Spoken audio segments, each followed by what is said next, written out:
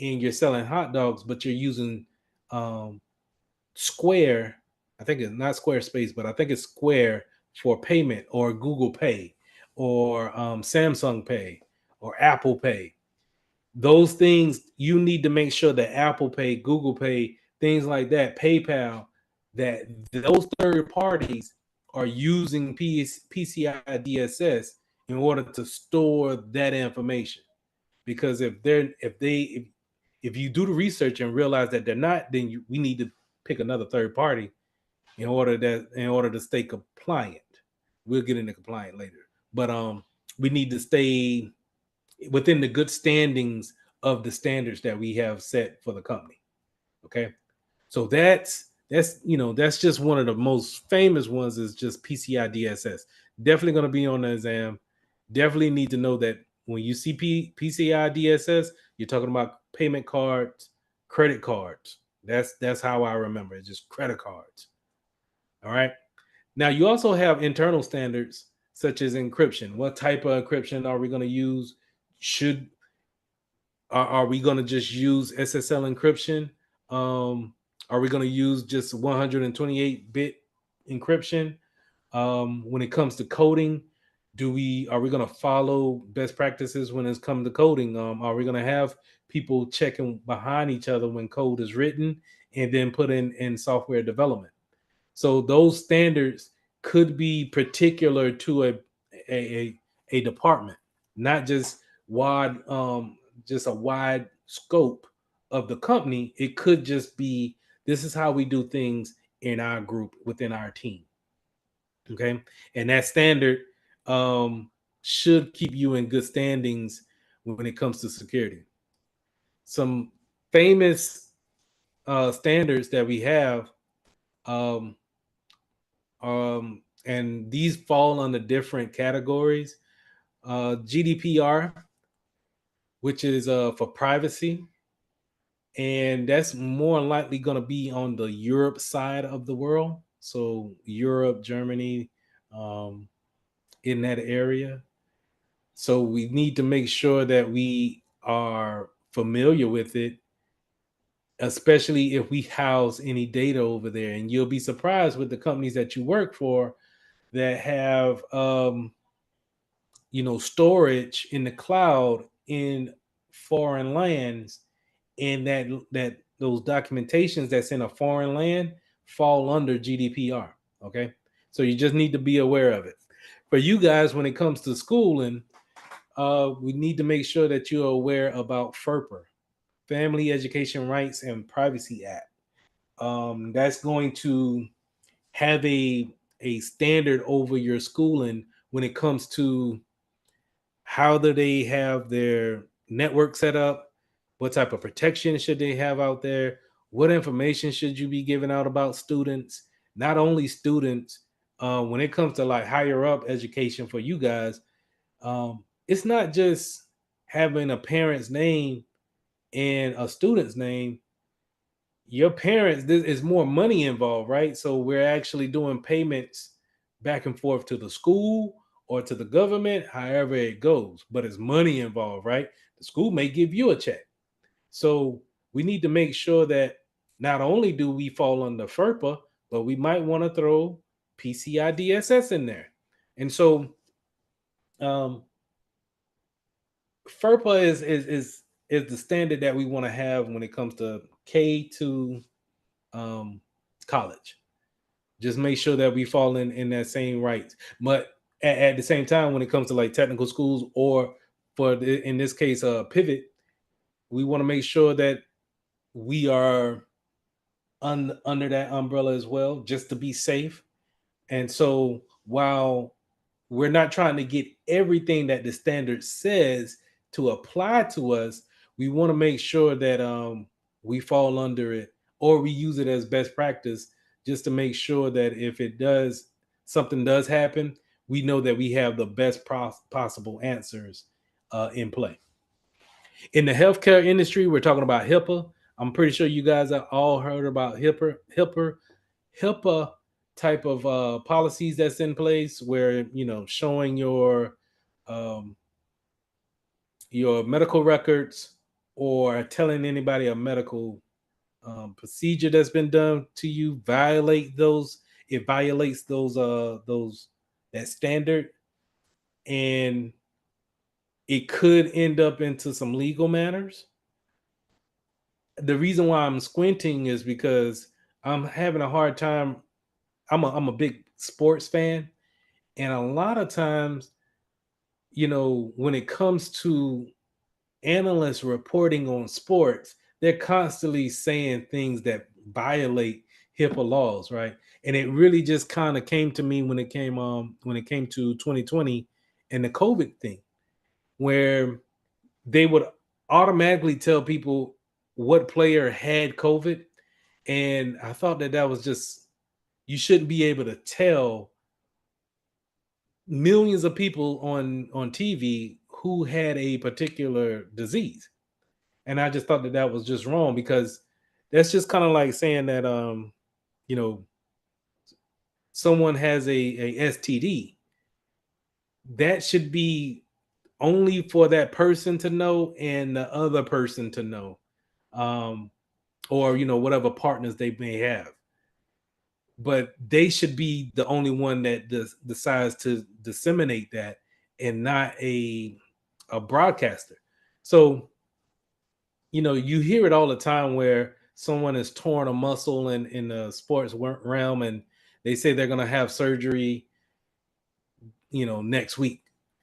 That's not supposed to be shared, but it's content. So until they get strict on that, I'm probably going to constantly see it.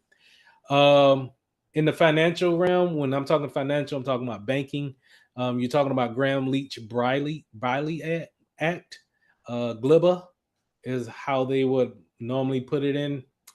We already talked about PCI DSS, but GLIBA is going to be governing the fact that you can't, let's say, for example, you can sell all of your stocks as a C-level individual of a company, sell all of your stock a day before you quit, you know? So that goes against that type of policy. In the government, you're talking about FISMA, Federal Information and Security Modernization Act. And that's where we're doing those background checks. We're making sure that people have the proper clearance in order to see the information that could be classified as either unclassified, secret, and then top secret. So you want to make sure that you have the proper clearance, and that you give the proper people have the proper clearance on the machines that's deemed for that information. In the military, if something's secret, then that machine, that actual um, PC, is secret as well. And you can't do anything not secret on that machine. So you can't look at unclassified material, and you can't look at top secret material on a secret machine. It's only dedicated for that type of material. But that's out of the scope of this exam. Governance and accountability. So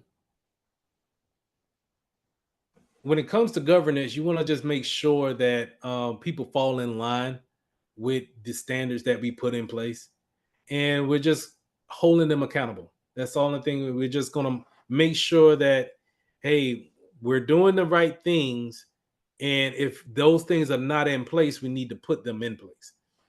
So you'll have these audits that goes on yearly, if not quarterly, and these audits are just seeing if we have the proper governance in place, the proper configurations in place, maybe the proper um, personnel in place or machines in place, just to make sure that we're falling in line with FISMA, GLIBA, HIPAA, those type of standards. So that's governance, just making sure. Or you might want to look at it like this: um, the information that we have for a particular company, we just want to make sure that we understand what we're securing. And another way of saying that is that we understand what we are governing.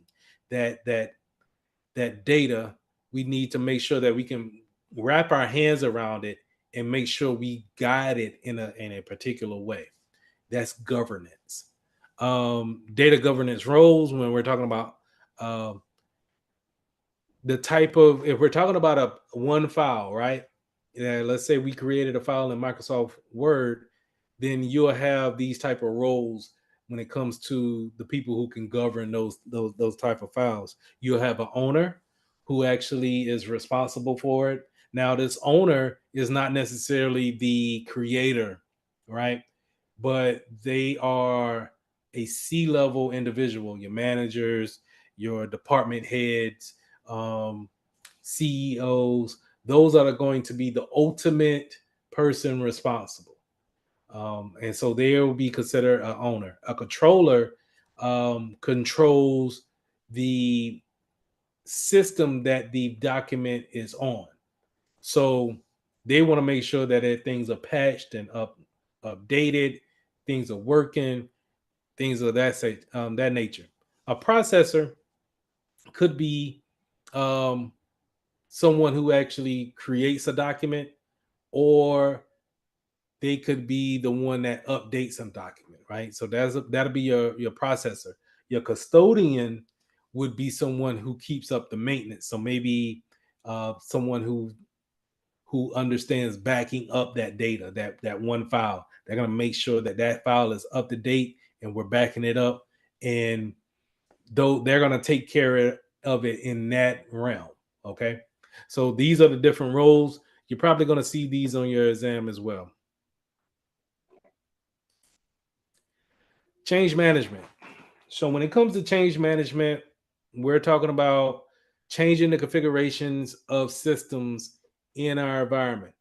Um, and we have a process in place where you just don't change a configuration on a server just because you feel like changing it, or you just have time to do so. You need to let everyone know that you're making this change. So when you get to the point where you have a complex network and you have different resources all within that network, you need something like a change management program in order to make those things happen. Now, they don't have necessarily dedicated people for management. It's kind of a group. Everyone works together for this type of process to happen. And what you do is you get a little bit of people from everybody who has something to do with the systems involved, and you let them know, hey, these are the things that we filled out today. We're going to be pushing out a particular software, and that will be the topic for today. And we're going to push it out at a particular time. And we have done this. We have done the test. Does anybody see any issues with us pushing it out on Thursday at 2 o'clock a.m.? And if someone knows something from another department, that's their time to speak up and say, hey, you know what? We actually got something going on at 3 o'clock in the morning on Thursday. I don't think that will be a proper time because it's going to interfere with our rollout. And we can talk about, um, what's the best time if it's necessary to actually do this change, things of that nature. But you basically is just really kind of just throwing up a red flag and saying, hey, we're going to do something, um, and you guys need to be aware of it. And if there's any kind of changes that happens beforehand or afterhand, we need to come back to the same table and look at the type of changes that we made on a particular night. So that's change management.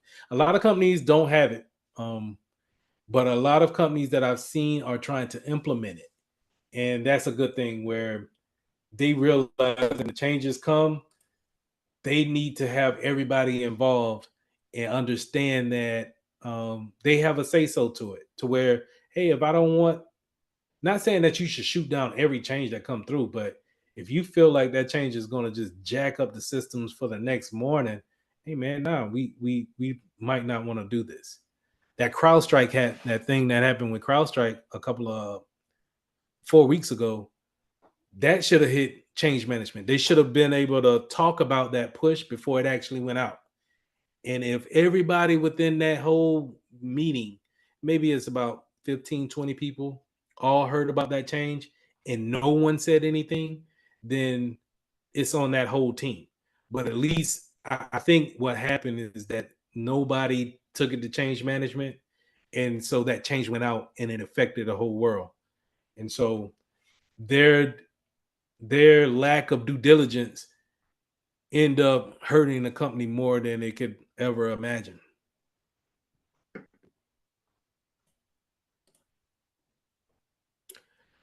So, like I said, this change management it brings up, up to a board. Like I said, it's a mix of people from every department, and they just sit around and we come up with, hey, this is what we're gonna do. We're gonna change the settings for every user at this particular time. It may need to be at a special time, it may not be. But if 9 times out of 10, if you're working in cybersecurity, you're going to be probably rolling out some type of software. And if you're going to roll out a software, meaning we're going to push it to 500 users, then we need to make sure that we have a little bit of pushback from the users. You're gonna have some pushback. Somebody's not gonna have a clean install. Somebody's computer gonna be broke, right? You're gonna have to deal with that, but you want to make it as a small impact as possible. And so, taking it to this impact, I mean this change management board is going to allow them to, put more eyes on it, put more minds on it, and have um a collective agreement if this is a good rollout. Okay, so we already talked about the rollout plans.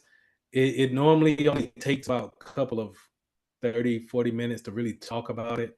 um but the main thing that you want to have is a backup plan, so just in case it hit the fan that night. And there's nothing worse than being, in a deployment at 3 o'clock in the morning and it just hits the fan. Things is not working, things is breaking, and there's nothing to do.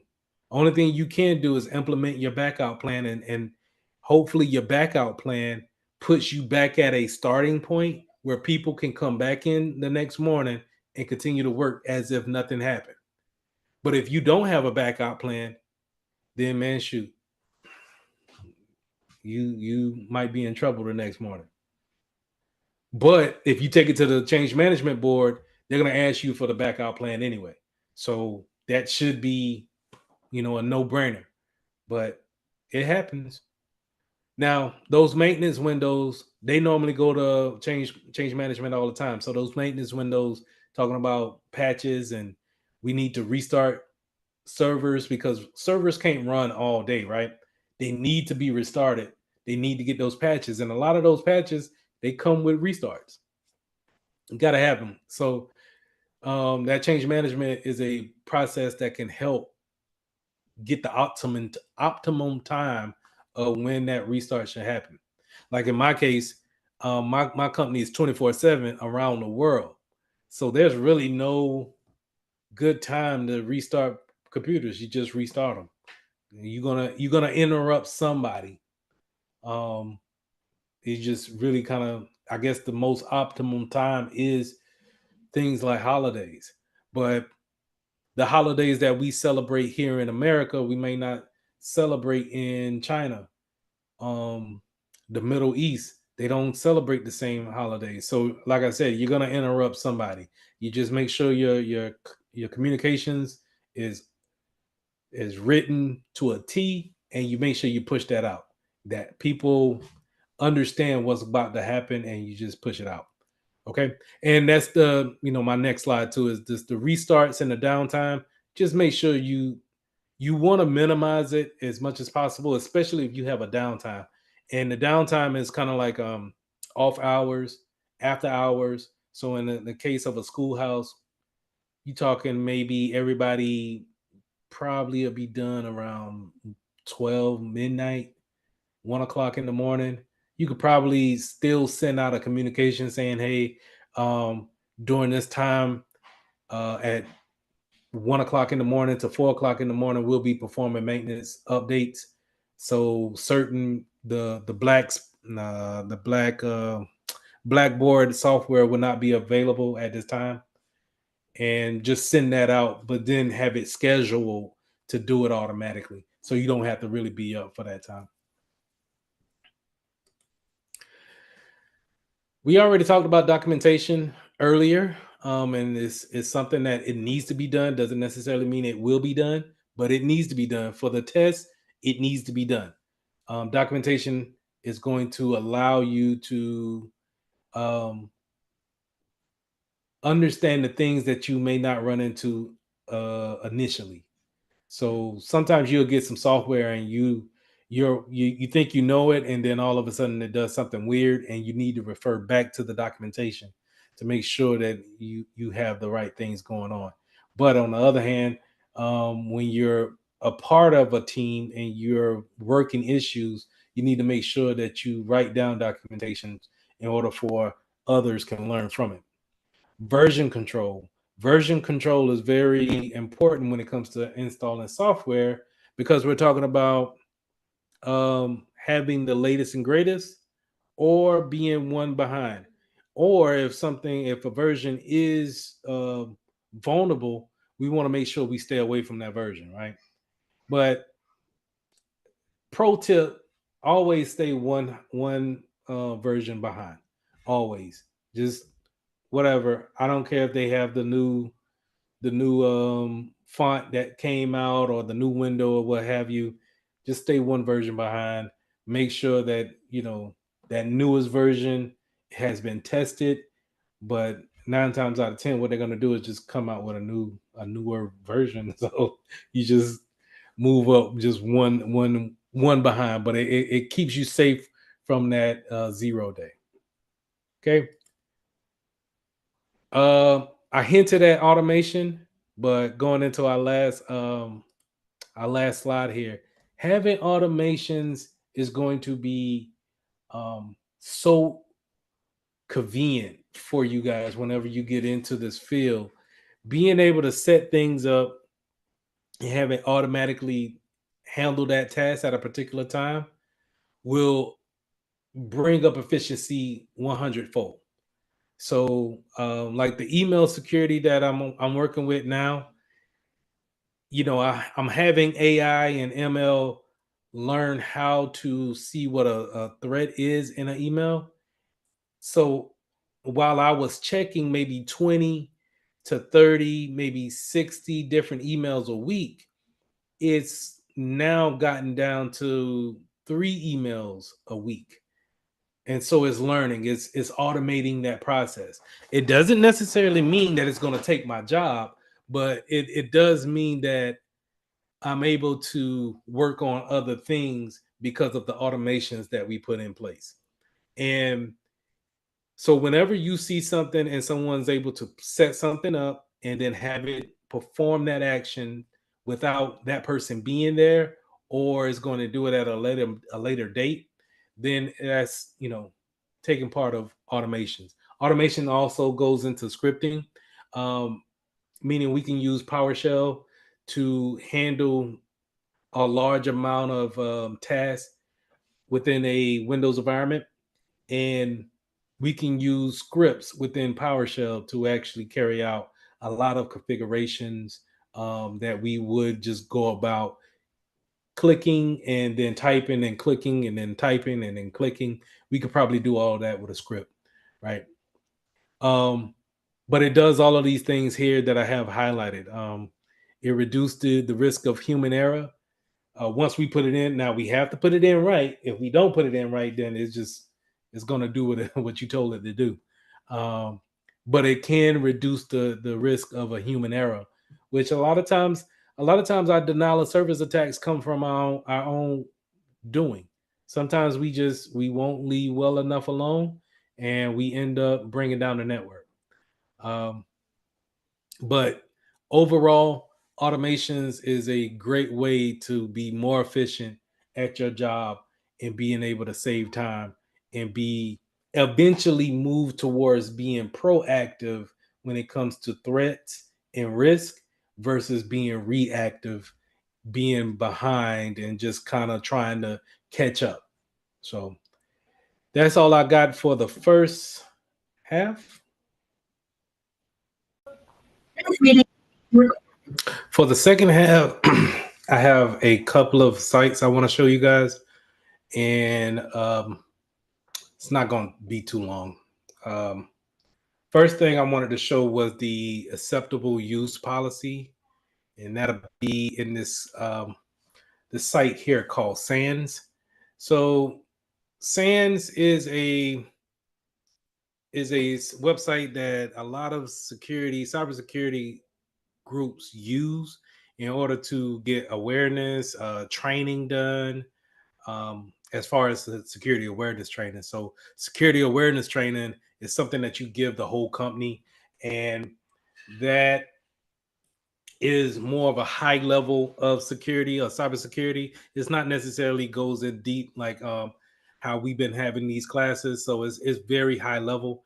But a great thing that SANS has is that they have resources like you can have content that you can look at, right?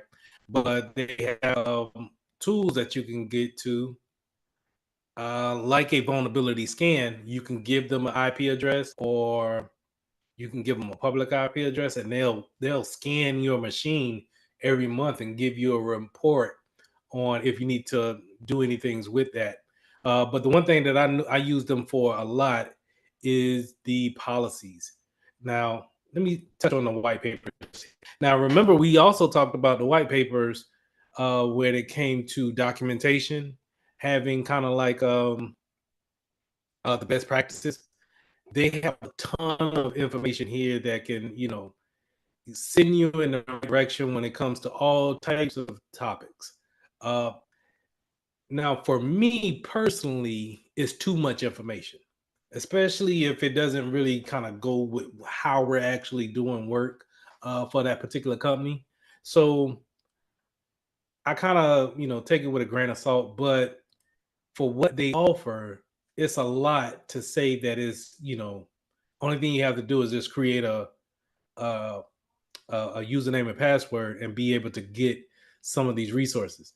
Um, so they have a ton of papers on different subjects, but they also have policies here. So if I can ever get to it, they have different policies that you can take and then manipulate for your particular company. So if you're ever working in a case where you need to create a email policy, you can come to SANS and you can say, hey, you know what? I don't know how that looks. Let me just go to SANS, and they can give you a template that you can manipulate and make it into your own um, documentation.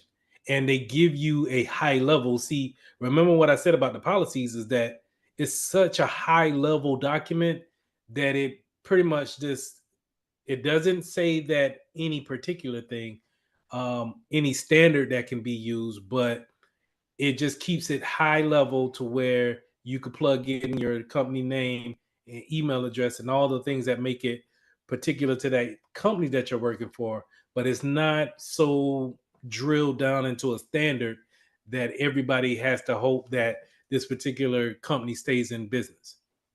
So this is just a email policy. So if you ever, you know, have a boss come up to you and say, hey, I would like to have a policy on, let's see, let's get a good one. A policy on email retention. How long should we keep an email after someone leaves the company? Write me that policy and send it to my inbox by the end of the day. You can always go right here, download the document side of it. Let's see how the document looks. Wait till it finish and open it up.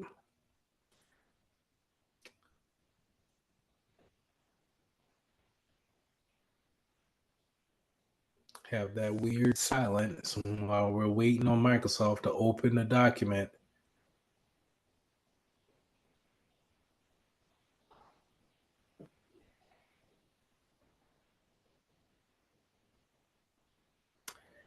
And maybe anyway, while that's thinking about that, I'm gonna show you the accepted use policy that we had. So this is going to, you know, say to people, this is what we accept on our network and the things that we don't accept. So I wanted to show that you can always take the Sans logo off, put your logo on there, and be able to um, just plug and play when it comes to these policies, because it doesn't necessarily have to be direct. Hey, you will not go to these particular websites, but you say gambling is not permitted on our network. Please refrain from gambling. I think it's finally open up here. So you can always, you get a template like this that you can actually edit. You enable the editing piece of it. And then now we can go ahead and backspace. That's in the header probably. Yep. And we can take this out. And then put our company's letterhead up there. Right? So we can use this as a template. Great to have. Nice little website to keep in the back pocket for you guys. So I'm gonna put that in the chat. Once I open it back up. Sans.org. You never know. You never know when you might need to use it. Something to keep handy.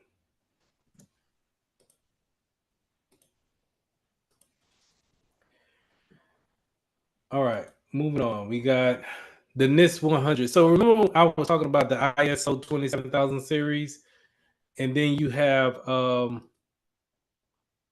this was one more thing, is that this was the incident response documentation that SANS had, and it's not even, you know, that complicated of a document. But this is the type of documents that you can use if you don't, if you go to a spot that don't have documentation or a lot of documentation, you can use sites like this to help you build that documentation up, and it'll look good, you know, when it comes to creating that, saying that you have created policies. Pro tip, I would probably go through SANS and, download the policies that you want and just create fake policies for a potential business or for a church or what have you, just to get the experience of what these policies says, and then you can add that to your resume as well. So just keep that in the back of your mind. Now, ISO 27001, that standard in 853 from NIST is the two standards that you probably will see either a security company going to go with, as far as, hey, we're under the government, so we're going to follow 27001, or you know what, we've been following the NIST publications for the past a year and a half, you know, so they'll base their whole framework off of these standards. The thing about 27001 is that it actually costs money to see that standard, so a lot of people don't pay for it. Now it's not crazy money; it's like 127,000. I'm sorry, $127,000. So it's not crazy money, but at the same time, to pay for a standard is kind of wow. So a lot of people do go with the standard of NIST publication 853, where you can just go to this site right here. I'm gonna throw this in the chat, and you can download it in a PDF. And I have it open up here in this next tab. Now the publication is 400 pages long, so if you want a nice material to read before you go to bed to put you to sleep, this would be perfect. But these types of documentations are going to go over the controls that you need. See here? These are going to set the standard for you. Audits, the AAAs, the not the AAAs, I'm sorry, the assessment, authorization, and the monitoring.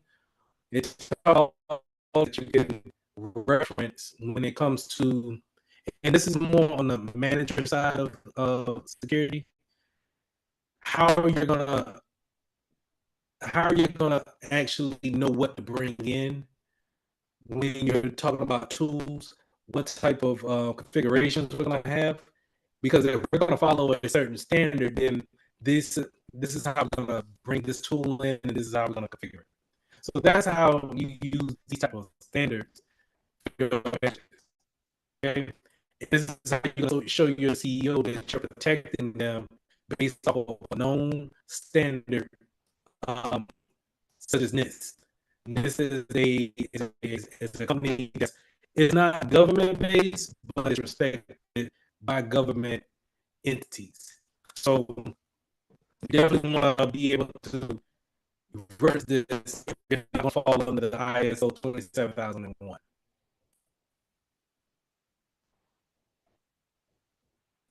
All right.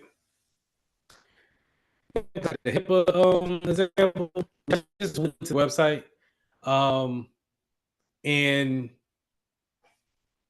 this is more on. I feel like a lot of people, they know what it can have so many different implications of what to share and what not to share. But you definitely don't want to violate those things, especially in the world of COVID. Remember when having the COVID card, um, they had the little plastic piece that you could put around your neck and show that you had the COVID vaccination.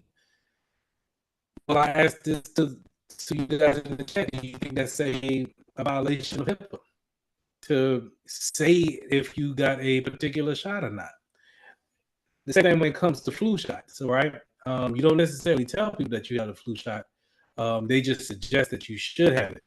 So, but I understand the situation for um, letting people know that you had the vaccination for COVID. It was just when it comes to the HIPAA laws, uh, are we really stepping over that line?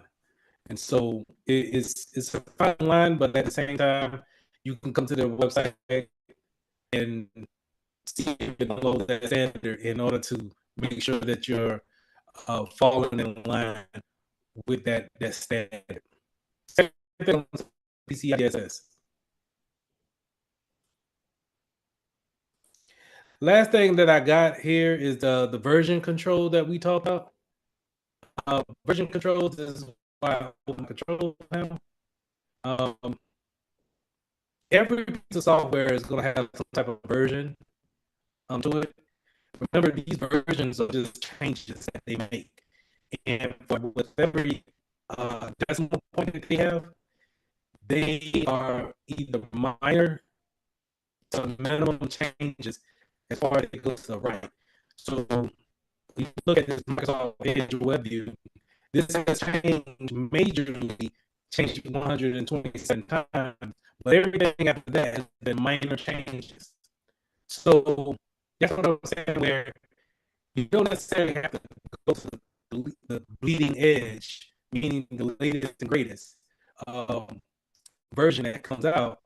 You could just leave it to where, you know, we're on 27, 127.0.22, and we never went up to 2.26, right? If that's the case, I mean, the only thing we're probably missing out is some font, something very minor, maybe like a dark view, or the window looks a little bit different. Maybe some settings have changed, but something that's not really major. Now, for the case of OneDrive here, I'm sorry, not OneDrive, Google Drive, when it goes to 96, then I might want to change, I might want to upgrade, but Google is a little bit different where once you open up an about tab, Google, it automatically tries to update, and you can set that not to do that, but I think they have it automatically on. Let's try it again. It'll be in help about see how it's already for updates, and then there's no way of stopping this, as far as I know. It's going to automatically update if it's there. So we see here, this is Chrome. So Chrome has the, where am I have the latest of Chrome is updating to what? So let's see what changes. It's on 101 now. Let's see once it finishes. Was it a major update or just still a minor one? Yeah, I would consider it to be a major one if the zero turns to one or something more, or that turns to 128. And a lot of times, Chrome won't finish an update unless I relaunch Chrome, which I can't do because I'll lose you guys on a Zoom call. But let's just see what it comes through with.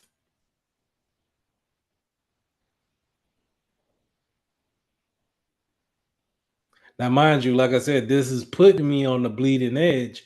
I didn't ask for this, but that's just right now. That's just where I got it to auto update. I think it's in the settings somewhere where I can tell it not to auto update, but it's good to see this part right now. If it takes a little bit longer, I'm not going to put you guys through that. If I move the mouse, maybe it'll move faster. I don't think that works, but in my mind, it does. All right. I'm not going to put you guys through that. We'll see what it is tomorrow. Make sure I pull that up and make sure I show you guys what did it upgrade to. I just would like to see it in real time.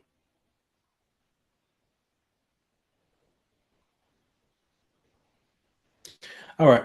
I'll hold off on that. That's all I have. Any questions? This lesson starts off talking about assets and what does an asset mean to a company, and how do you want to protect those assets. So an asset doesn't necessarily have to be bank accounts or money, or um, it can be, but it doesn't necessarily have to revolve around that. It can be anything. And one thing that a lot of people don't understand is that a reputation is an asset, right?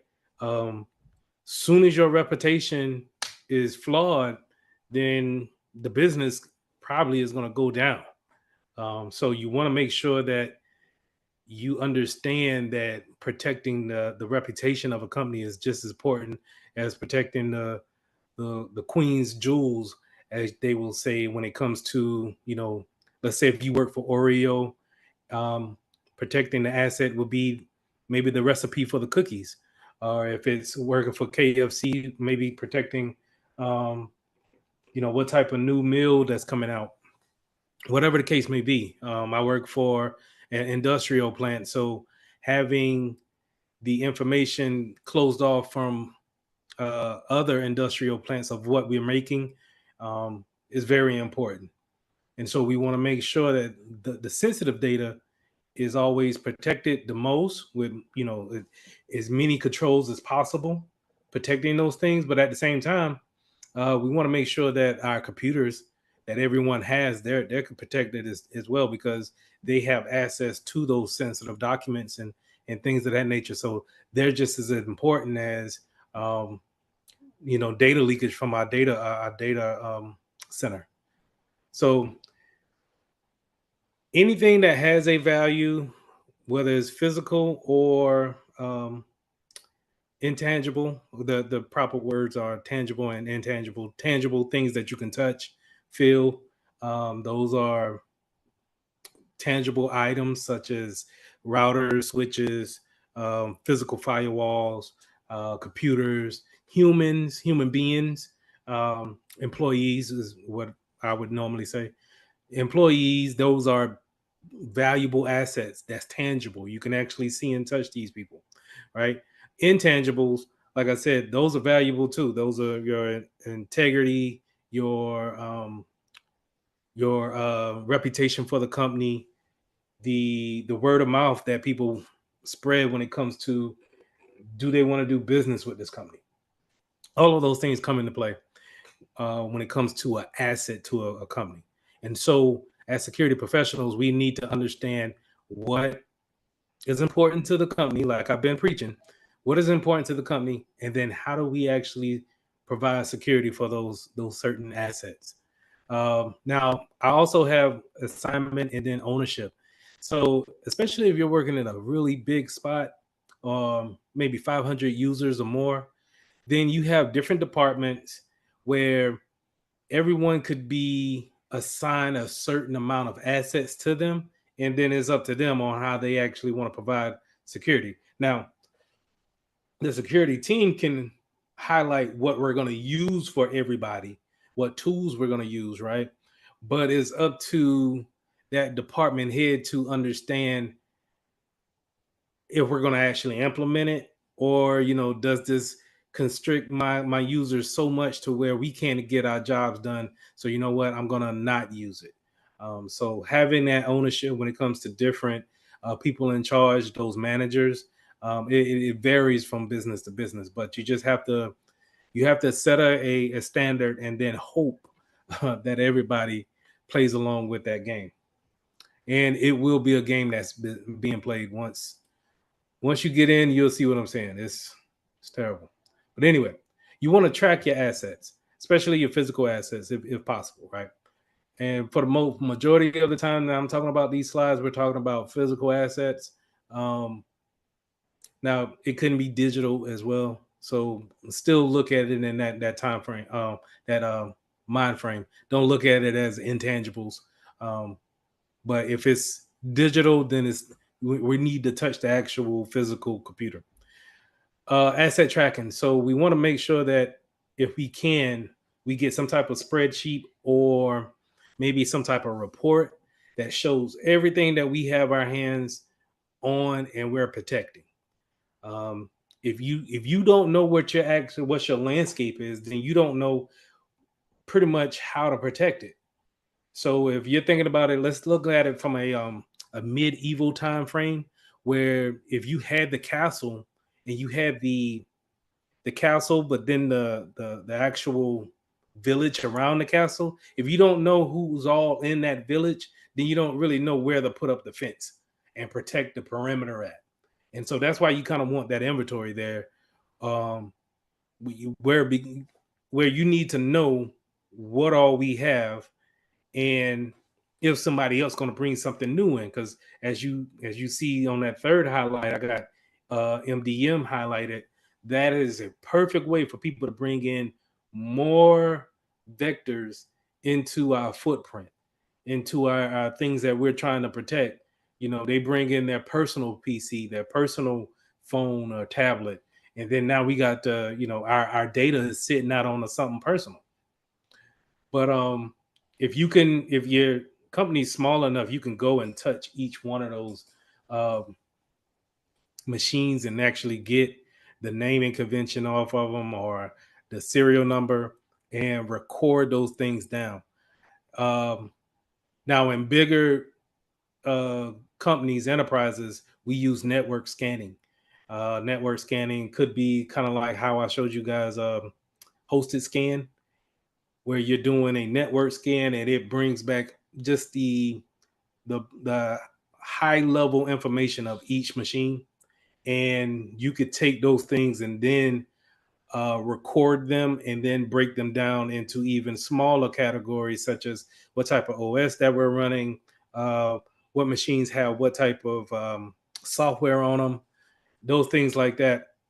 And it's easier to understand your landscape when you break those things down into um, a smaller category like that, because when you have things such as CrowdStrike that happen, you as a security professional need to go back to your inventory and say, okay, which machines have CrowdStrike on them, and if so, how do we actually correct them okay, on top of all that, do we have any computers that don't have CrowdStrike that we can continue to work on? So we again, we don't want to make sure we don't want to make us a victim of denial of service and not have a not just and not be a victim of single point of failure. We definitely don't want that. So we want to make sure that we understand what we have in our landscape, and then how do we actually plan for the future when it comes to business continuity.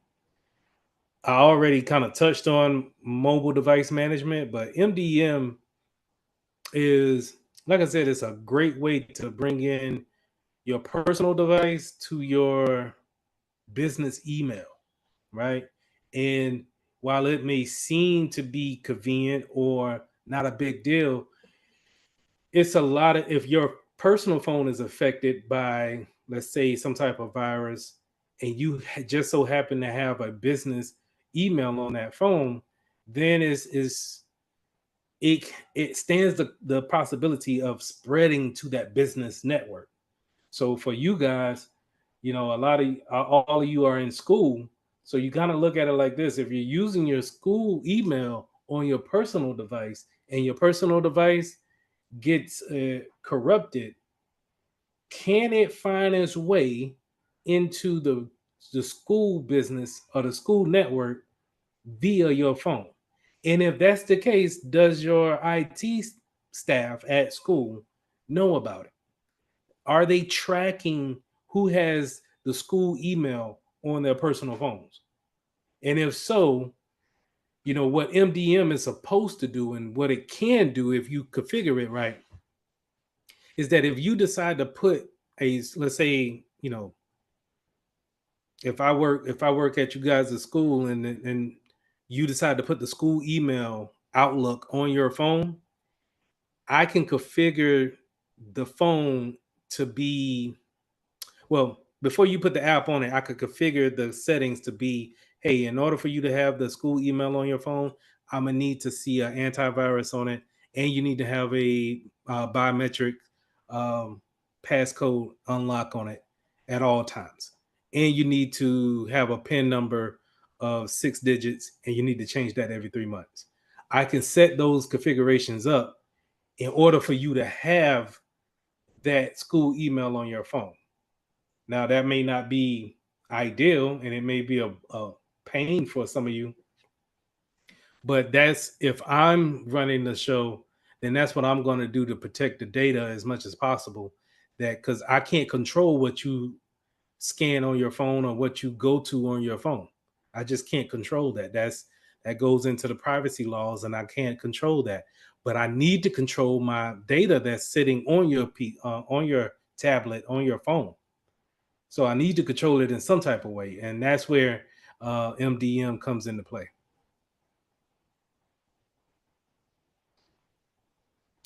Now, just to jump here to configuration management database, the CMDB is something that helps along with that more on the computer side. It sets up um, what software we should have, what type of settings we should have on our Windows PCs, and making sure that if it deviates in any type of way, that it rolls it back at a certain point in time during the day or at night, more preferably at night.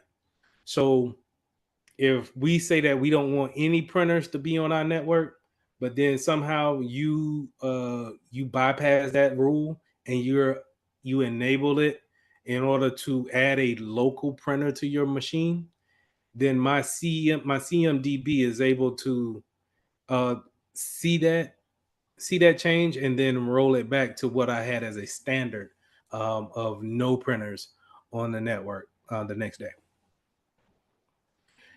Also, cloud asset discovery. So this is big too, because yesterday we talked about the cloud, where no, yeah, we talked about the cloud yesterday, where we're talking about not only having pictures and documentations in the cloud, but we can potentially have a whole system network in the cloud.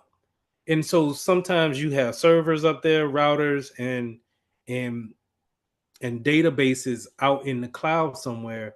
You need to make sure that you have an inventory of those as well, because they can be spun up so fast, and really they could be out of sight, out of mind.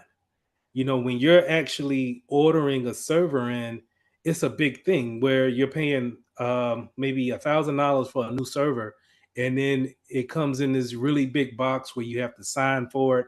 Then you have to drag it to the data center, rack it in there, make sure it got the power and everything.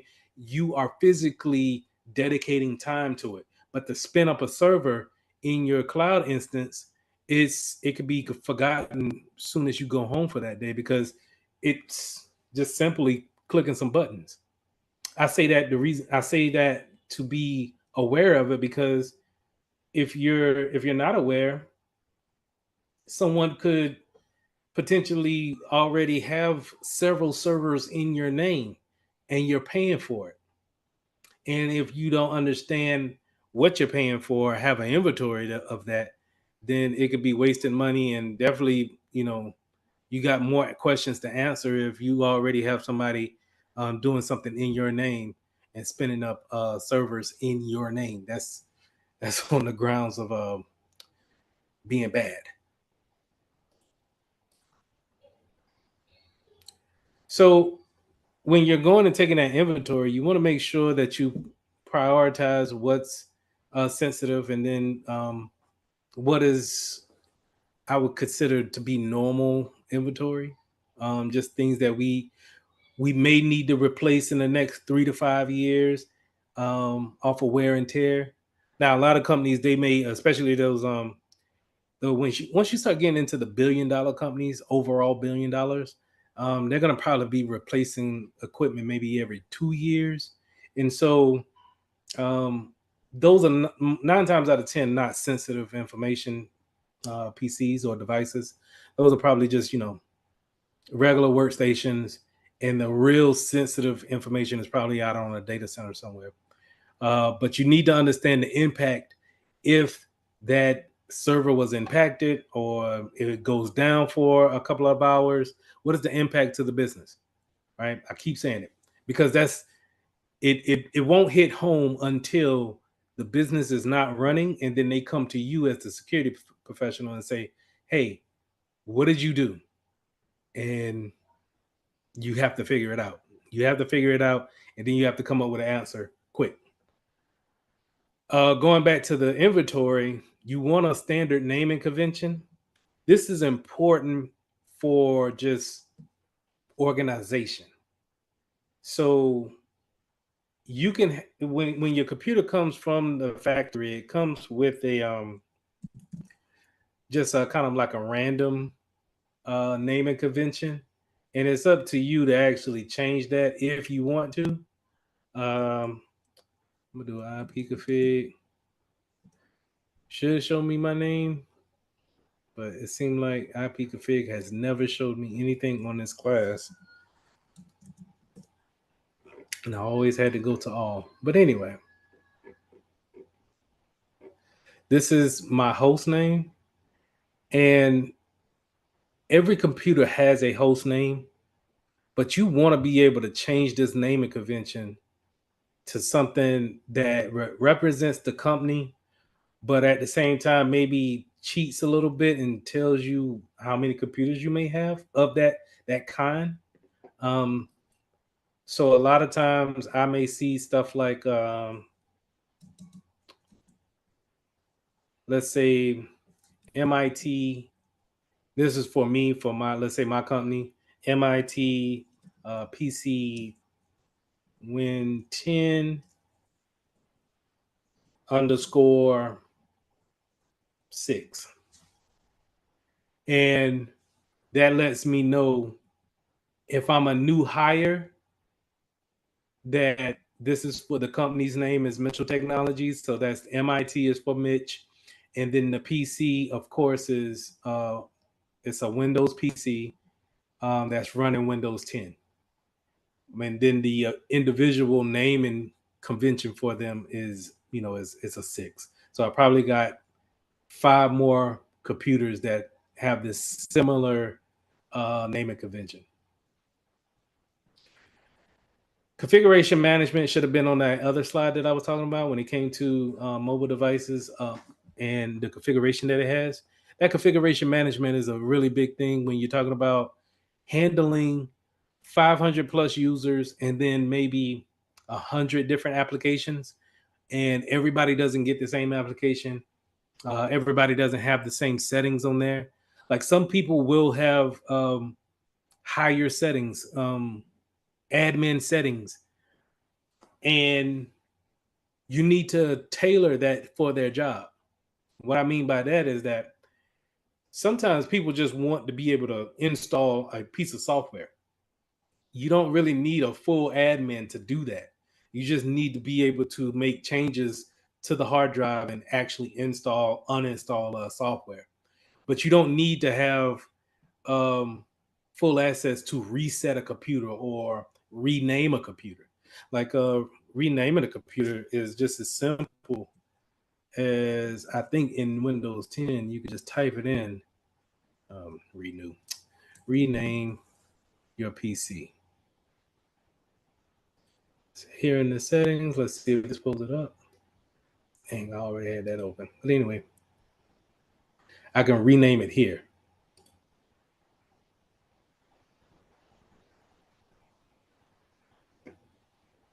Just thinking about it. Let's see what comes up with it. So this was really different than when how I learned how to rename PCs in the military, but now it's pretty much really simple. You put in your naming convention here that you want. What was it? MIT PC win 10_6, and then I will hit next and go through the whole process of renaming your computer. I don't want to do that because it's going to ask for a restart, and I don't want to drop the call, so I'm going to cancel out of that. But um, it'll rename this computer, and now you would need to get another IP address from your router because your router sees this PC as whatever it's named as. And once you change it, it needs to kind of have that whole process again. Probably need to keep that open. But uh, change control and change management. If your company is big enough to have a change control and a change management system in place, great.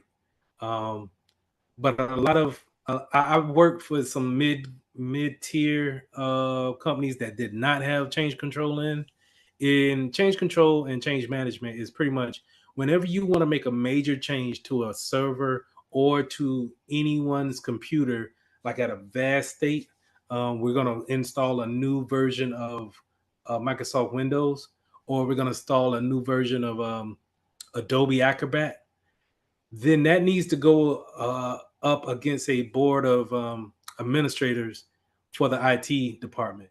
And they need to see this change and then be able to sign off on that change if they deem it to be proper. And it can have some politics behind it, but 9 times out of 10, if you're a security professional going towards the change management board to upgrade a piece of software or maybe to uninstall a piece of software and you're just bringing it to change management, um, you're just looking for a validation that saying, hey, I'm following the protocols. I'm not trying to make any changes that will surprise some people in the business. The change management group is going to accept your change and then put out a piece of communication to everyone saying that, hey, on Thursday night, Lee is going to uninstall um, the latest iTunes software on your PC. So just leave it up and running, and the change management or the configuration management tool is going to roll back that particular um, software. So if you want to look at a configuration management tool, it will not 9 times out of 10 what you're going to run into is EMCM, Microsoft Configuration Manager, and this is something that you could learn how to do. And those are that's another one of those little silos that I like to bring up when it comes to finding a niche within cybersecurity or IT. Being able to understand configuration manager, or what they used to call SCCM, SCCM, which is now called something else. But anyway, it's called EMCM. So if you can learn this, this would be, I think, very valuable. So what I'm gonna do is I'm gonna put this in the chat for everybody, just in case you wanna take a look at it yourself. But very valuable tool to learn. Remember when I said that, you go against the change control and say, "Hey, I'm gonna install a new application." They'll bring it to you as a configuration manager, and then you will use EMCM to actually push that application out. The only bad thing about that is that you got to work late, and when I'm talking about late, maybe 2 in the morning, 3 in the morning, because that's when all your changes is going to happen. Especially if you're in the United States, you're going to be doing all your changes in the wee hours of the morning. Of course, you're going to be able to take off the next day, but um, you're going to do all your work when people are gone. And then you need to make sure that the PCs are ready to go as soon as they come in that next morning. But I've seen some lucrative careers in the configuration management field. So like I said, I put that in the chat if y'all want to take a look at it. Um, I think it'll be lucrative. Data backups. Backups need to happen. Um, it goes without saying that if you don't back up your information, then you're just waiting on a crash or a ransomware to really set your company back. And so not having a nightly backup at this point in IT is kind of like you asking for it. Like, why? And also, having backups is a perfect way of fighting ransomware, right? So ransomware, when you click on something and it encrypts your whole hard drive and they asking for a ransom back, the only thing you will need to do is call your IT department and say, "Hey, I need another computer and I need it to be backed up or recovered with my backups that you already took."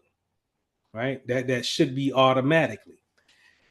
And once they're able to image a new PC and get it out to you with your old backups, then it should be a seamless transition where you only kind of really was out of work for maybe a day or two, and then you can get back to work. Um, but not having backups, you're asking for some type of setback, because soon as you have an outage, um, of some kind, whether it be man-made or God's will, when it comes to like hurricanes, tornadoes, floods, backups is going to be your best friend, because it's just going to be seamless. Really, your last day of work should be on the new PC that you get when you get it. And now with the implications of the cloud, there's really no reason for you not to have a decent backup happening all the time. Okay. So just not, I think there's just is unexcused. Is just no excuse for that. If you can do a backup, do a backup, and do it regularly.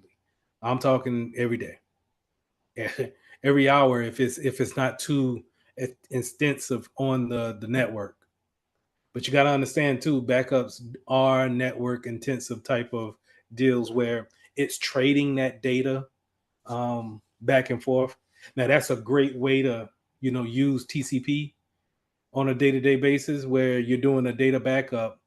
It needs to make sure that it drops no packets, right? Because you want all your files to be whole and completed the way they left your computer off to the cloud or to the backup.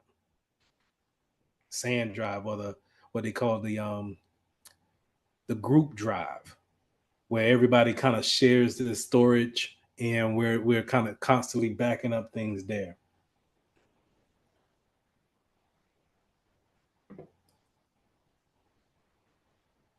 In virtual machines, you have a similar thing for backing up backups, um, but it's more on the side of starting back over. That's the simplest way I can put it, and that's with VM snapshots.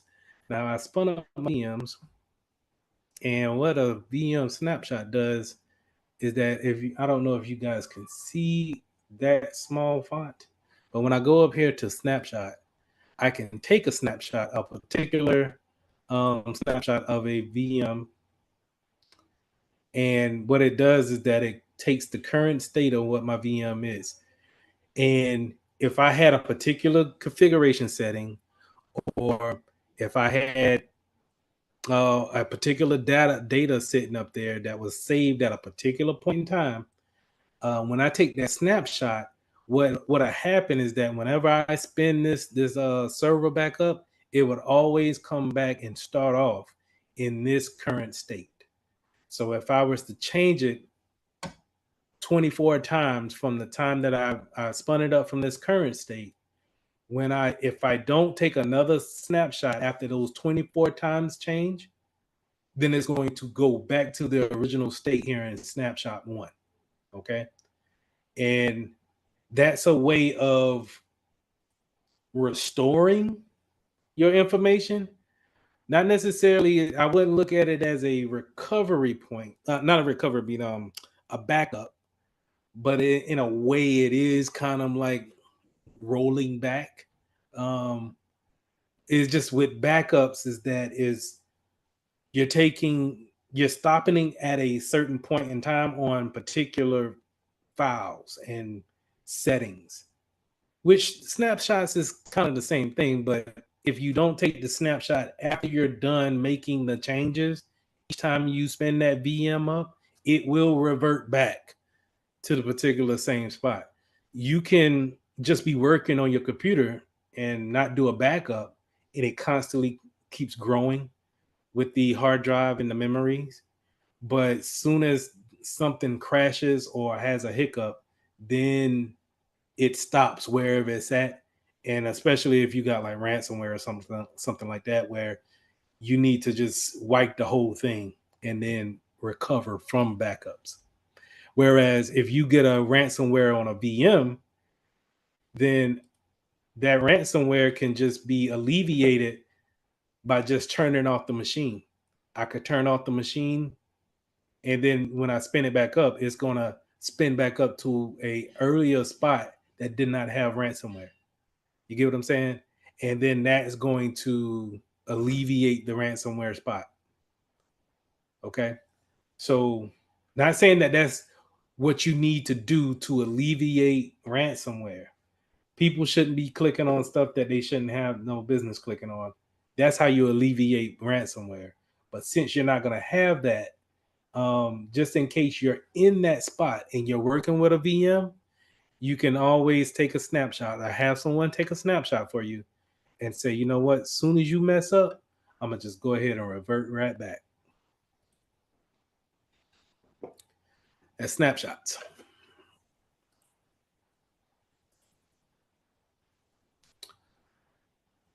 So destruction of data. Um, I kind of like this part of the lesson because I think a lot of people don't understand what's all really saved on a hard drive, and then just clicking delete and having it go to your delete folder or recycle bin is not actually deleting the information. It's just stop it is telling the machine not to point to that information anymore. um I hope that made sense. So I'm gonna try to explain it in a different way. um Even if I delete something in my files and then I go to my recycle bin and I say, hey, empty the trash can. When I empty the recycle bin, it cannot be recovered from that particular space anymore. But that doesn't necessarily mean that it's totally wiped off of my PC. What happens, in order for it to actually be wiped off, it has to be overwritten. And in order to be overwritten, the pointers on your hard drive need to come around again. And so we all seen a hard drive be kind of like this spear, looks like a little small CD. Those pointers need to come back around and say, you know what? Lee said that it's okay to write over this file. So with this new thing that we're going to save, we're going to put it over this piece that we say that we can go ahead and write over. Excuse me for 1 second.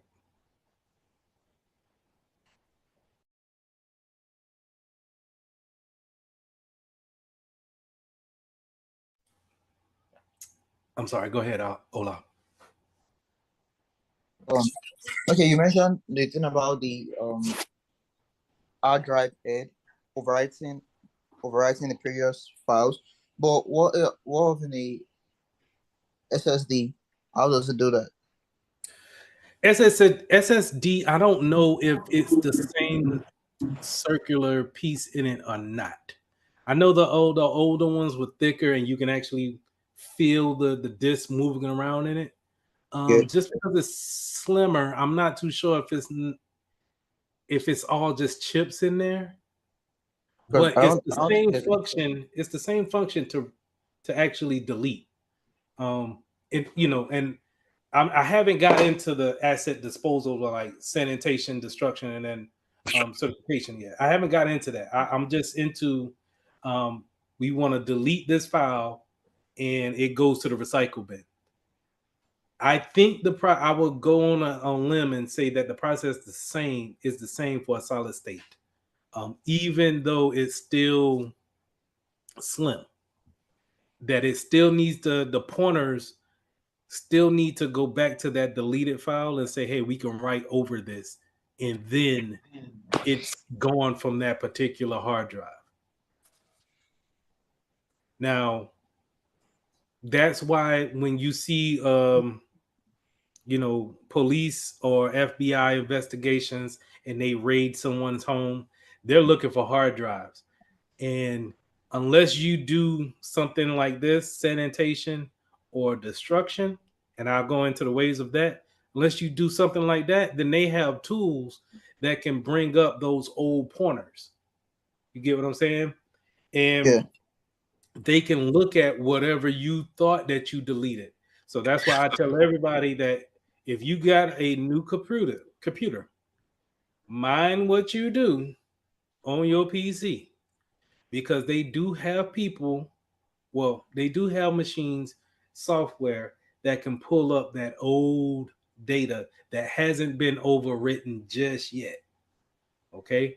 And Even on flash drive, I'm sorry, go ahead. Say it again. even on one can also like retrieve data from flash drives too.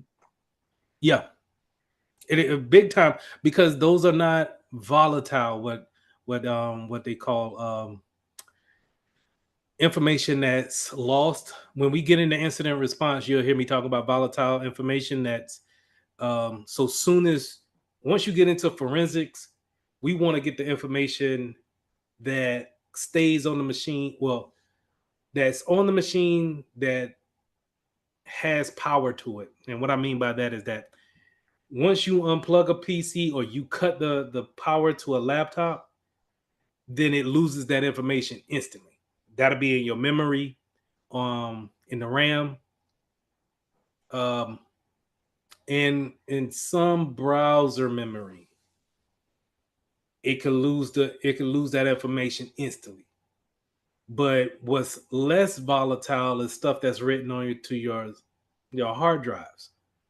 So that'll be your thumb drives and the actual hard drive on the PC. And then especially if you're hooked to the cloud, and then it's game over.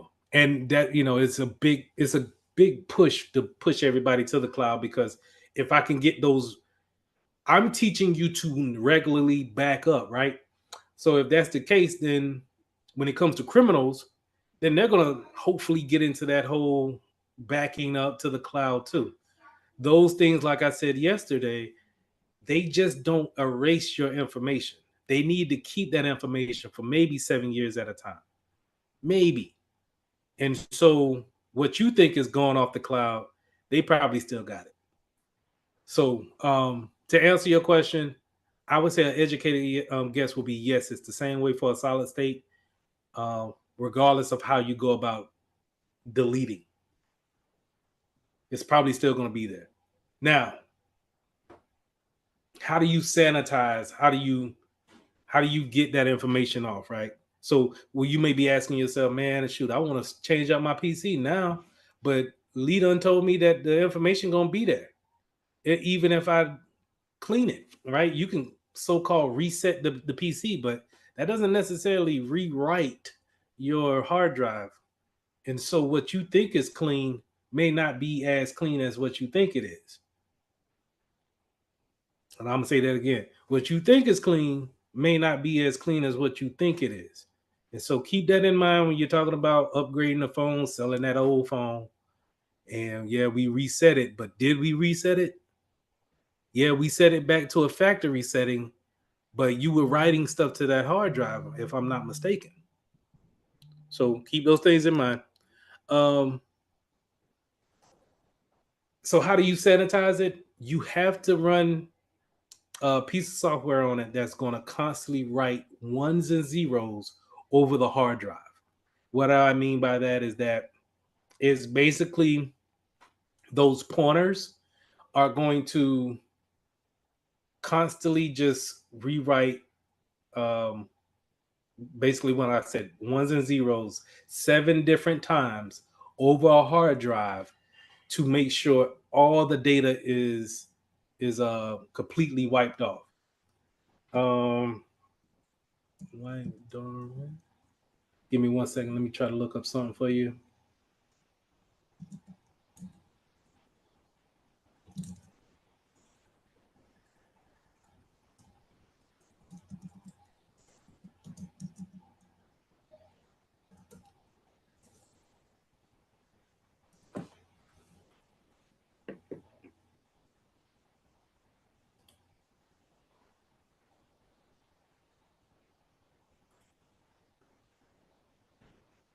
Give me 1 second. Let me try to find this because I know you're probably thinking, okay, what software is that?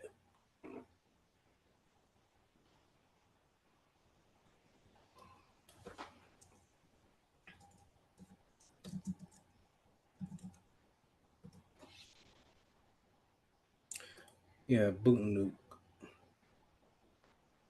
So this is the software that we used.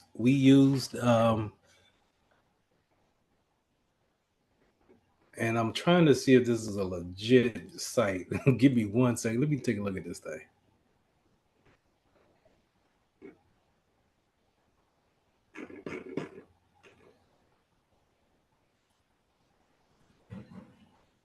All right, so we used to use something like this. I don't know about, this is the name of it. All right, I'll say that. It's called D-Band Boot and Nuke.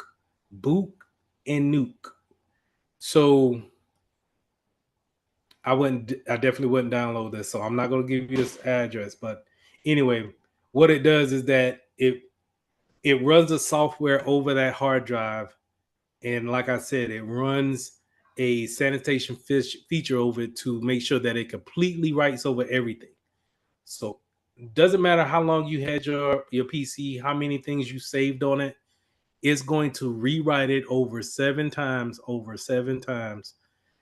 until it's completely wiped. Then you put your OS back on it, and now you could say with confidence, I have a clean hard drive that I don't mind giving away. Now that's on the personal side. Well, hold on. Let me just go back to destruction real quick. Another way is destruction, right? Actually putting a bullet through it or hitting it with a hammer, putting it in water. but you can't use the hard drive after you do destruction to a hard drive. Once you damage it, once you damage the disk inside, then it's unusable. Um, so pick and choose. You can either I'm lately I've been keeping my hard drives just because I don't as technology gets more and more better, you don't know what people got and what they can come up with to look at old information that you got. So you can either just go with destruction or you can wipe it and see how you feel after wiping it. I don't know. Any questions though?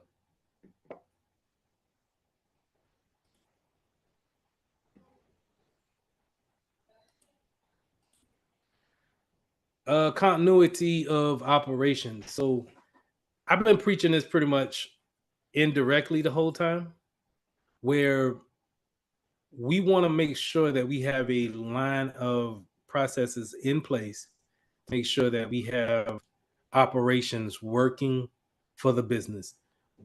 If the business goes down for any type of like hiccup or any type of denial of service attack of any type, then we're not doing our job.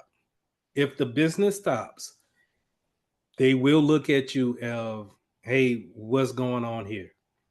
So we need to make sure that we have these type of plans in place, um, and that you're hitting all your spots when it comes to um, how to keep the business rolling, regardless if a third party is out of business. How do we fix that? If we're constantly we make sandwiches for a living and our main supplier of bread has decided to close up shop, do we not have someone else that we could just automatically plug right in to get our bread from?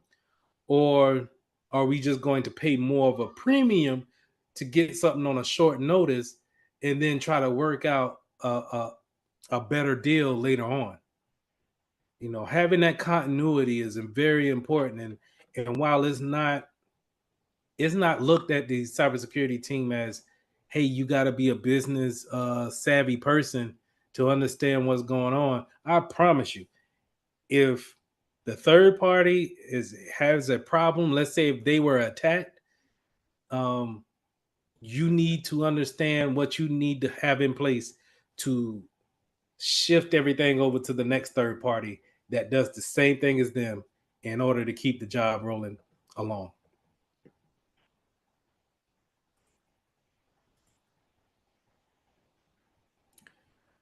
So some planning risks could be some ways you can actually alleviate some of the problems of actually running into denial of service or some type of hiccup in the business is you can have cross training across employees. um it's terrible, and you will see this um at least one time in your life, is that you're going to go to a business, especially in the IT field, and you're going to meet that one person that's been working there for 25 years, or he or she will be the longest running tenure there, and they know everything, and they just so happen not to write nothing down. And you have to either learn from them on the fly, or you got to know a good bit of stuff too to survive. And it's tough because I've been around people like that to where it's just hard to get them to share information, and then you actually put it down to paper. And then with technology constantly changing, you're trying to learn on the fly as well. So having that cross train is very important, but it doesn't happen all the time. But if you can have it happen, if you're in a position to make it happen, make it happen. It'll save you some time when people want to go on a vacation, which they want to do every year. And I remember two of our most important individuals to the team wanted to take a 10-day vacation, kind of like back to back. One got off his 10-day vacation, and then the next one started. and it's kind of like, you know, you hope nothing goes on that week or those two weeks that they're not here. So just a big chaos. But anyway, remote work plans. COVID really showed everybody how to have um, a backup plan for just about everything. Um, and I don't think a lot of companies were looking to go remote, but now as we do a lot of things via the web, I think they're taking those things into consideration to actually do those things more often. Um, Things that could throw wrenches in there is if you don't cross train, if you don't have plans when someone goes on vacations. Let's talk about if they have layoffs or they have some type of firing. That could be detrimental. Where you're learning from someone, and then now we totally let go a whole department or a whole team, and now you have to pick up the slack in those areas, and you have to learn on the fly. Those are just you know not good plans for recipes, and it's tough, but I believe that if you work for a big enough company, you'll see it constantly. The rapid hiring, um, I've never really had any problems with that, but I just look at it kind of like when someone comes onto a team, and if you are well versed in what your job is, and you just so happen to know exactly what they're going to do on their job, teach them and make sure that you teach them in a way that you want them to cover you. It's not necessarily them taking your spot later on. It's more of it's supposed to work as you're teaching them how to move up into your spot as you're moving up into a senior spot. That's how it's supposed to work. And I emphasize the word supposed to.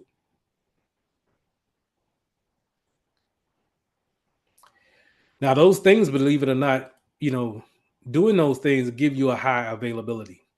Those high availabilities goes back into the continuity of business operations, constantly keeping those things running. Um, that high availability gives that illusion to users that, hey, this business is always on par, making sure they give me the proper um, product each and every time. I'm gonna give them more business, which is in turn goes into scalability and then elasticity. And what that means is that basically we can add more people, we can add more processes, we can add more machinery to our business because we are always giving our best foot forward. Uh, Now, when it comes to a data center, real quick, and then we'll go on this break. Real quick, data centers and having that high availability. A data center sometimes is not as big as what I shown with the Google data center yesterday, but sometimes you could just have a building that's set off to the side, or maybe it's in a different city uh, that could be on standby and ready to be placed into action if something happens to the main building. Um, and you have different stages. So this is why you have hot, warm, and cold. Now the cloud is just off into the cloud. We talked about the cloud yesterday. The cloud can be set up kind of like a hot data center, a hot site. Um, but we're not getting into that. Just know the cloud is always ready and is pretty much better and cheaper than all three of these. Now, all three, the hot, warm, and cold, it needs for it to have a physical location, a physical address, right? A cold site for a a data center is going to be a building that just basically have the basic necessities, water, lights, and maybe an internet connection, but normally, if something happens to your main building, it gets flooded out, gets hit by a tornado or earthquake or what have you, you can tell everybody within 2 weeks, come to this new location. We'll have every at least workstations up and running for you within 2 weeks. And that's what a cold site will probably do.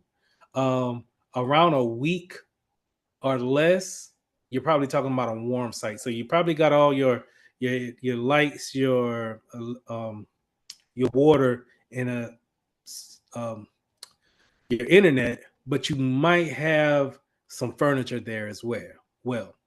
You might have some projector screens, just some bits and pieces of the office, but it's not necessarily a one for one swap. And that's a warm site. Now the hot site is exactly what I was kind of getting at with the warm site. It's a one for one swap where you leave one building and had everything for people to come in there and sit down and get to work. This hot site has the same exact thing. It's just in a different location. Um, but the thing about a hot site is that, of course, it's going to be the most expensive because it's going to be set up in that way, and it's going to probably be eating up electrical bills as far as running internet out of it, water out of it. You're probably going to need to have someone actually there cleaning that on a day-to-day basis too. So, hot site is definitely going to be more expensive.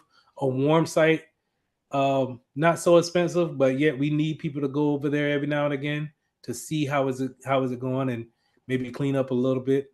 Cold site, you definitely can probably, don't need to have it, and it could be eliminated just by having the cloud when you think about it. Because if we could tell people just to stay home and go remote, then you don't really need a cold site, in my opinion, for most cases, unless you need something there physically there to actually do the work. But as far as the IT department goes, probably don't need that. But if you need to have the marketing team there, or maybe you're making some type of product, maybe a cold site it's a necessary thing. It's all according about what the business is. So we at the top of the hour. I'm gonna jump back into high availability after we take this 15-minute break. And then after I do the last of these slides, which you shouldn't be bad, I'm gonna show a couple of hands-on material. And then yes, sir. I wanted to ask if the slides are available on Cyber. Yes, I need to put the slides on Cyber up. I got the videos there, but I need to put the slides there too. But I will put them up, I promise. Okay, thank you. Mm-hmm. So, all right, top of the hour, 15 minutes, and then we'll come back and we'll finish up. One more thing, were you able to see? Were you able to see the email I sent you? I got your resume. Hold on. So high availability, going kind of still stemming off that continuation uh, of the business being able to have a business continuity plan. High availability needs to be tested, and then you need to have some type of plan of fail open or fail safe type of plan. And we want to make sure that this has to have that about high availability. The redundancy needs to happen at some point in time in our logical map. So either we need to have a dual internet provider, maybe some several servers that do the same thing. But anything that's going to be able to withstand a damage hit to it, be able to be taken offline, but then still have um, that process, that part of the business still thriving and being able to go forward, just because we planned it out correctly and we foresaw things. And I think more importantly too is that when those things actually happen, that incident that happens, to have an incident response plan is going to be major. That people know what it is and then know their role and how to actually do um, their part in that incident. So another thing that you could see some companies do is load testing. So that load testing is when they're seeing just how much capacity, how much traffic they can actually take before going down or lagging be able and get to a point where they just can't provide an actual service. You used to see Netflix do this a lot. Um, I remember speaking on Netflix a little bit with you guys about how they used to have buffering issues. Well, having that loading testing also contributed to that, where not only do you have a lot of people calling on the same movies all the time, and you needed different areas to be set up with that software so you can distribute it that movie from different spots. But if you got like a ton of people coming on, man, you could just bog down a server um, without your fault, without it being your fault. Um, I think you see it a lot of time with the gaming industry. Um, the Xbox servers are unavailable at this time, and I think that's unexcusable for Microsoft that has data farms all over the place. How is it's so many people online to where it brings down a server, a gaming server. So it it baffles me that some Microsoft could have that issue, but I think it's something that they'll probably get over at the same time. So what I always kind of stress the fact that we needed an internet provider and then another one just in case one had their wires cut or they were offline for some reason. But I never really got into the power redundancy. Having dual power is big for some companies. I knew it was really big for a banking industry that I worked in. A particular bank was very they were so gun ho on having battery packs or ups, as you see here in the second highlighted sentence. They were so big on having ups there to where they wanted every branch to have a set of ups on the teller line. And what it did is that whenever they have the summer storms come through or any type of big a lightning storm and it knocks out the power for that particular bank, it would at least keep the PC up to at least save the information for the time being. Remember, remember when I said that you have some information that's volatile. So whenever it cuts the power, it loses that information. So say if you went into the bank while it was storming and you about to deposit $50,000 into your bank, but then the lights turn out soon as they either transfer from or to your account. Either way, they lost the information saying that you just transferred 50,000 to your bank, to your banking account. You would have a fit, right? So, in order to alleviate that, the bank put in these ups so that if the lightning did strike and it just so happened to get all those things lined up, that the ups will then keep that power on for I think it was rated at 4 hours that it would keep it on. But it kind of still alleviated the point of it was kind of you would lose internet access if the power turned off. So they had to come up with other ways of keeping the internet up. Not only just keeping the power on the PCs up, but I was just following directions at that time. But you want to have dual powers if possible, especially on your servers, physical servers. Now, if you're going to the cloud, you don't have to worry about that because your cloud provider will have definitely more than one power source for their data center. But if you're running servers out of your own building, then you want to make sure that they are on. If one power source goes down, immediately the other one is automatically hooked to it. You might have some cases where you're hooked up. Some servers have two power supplies hooked up to them, and you can always have them hooked up to ups or some type of backup generator. Now, for a different bank that I worked for, they had generators outside, and in the military we use generators. But the thing about the generators is that they're so big and powerful. One, they can light up a whole building if necessary.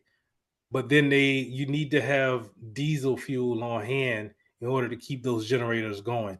And then in the military, we had older generators, so we had to have a team of soldiers that would always know the maintenance of those generators and be able to do maintenance on them at any given time.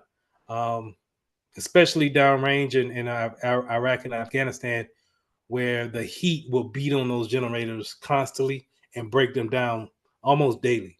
So, um, not ideal, especially now when you're talking about the cloud. There's no need for really none of these actually.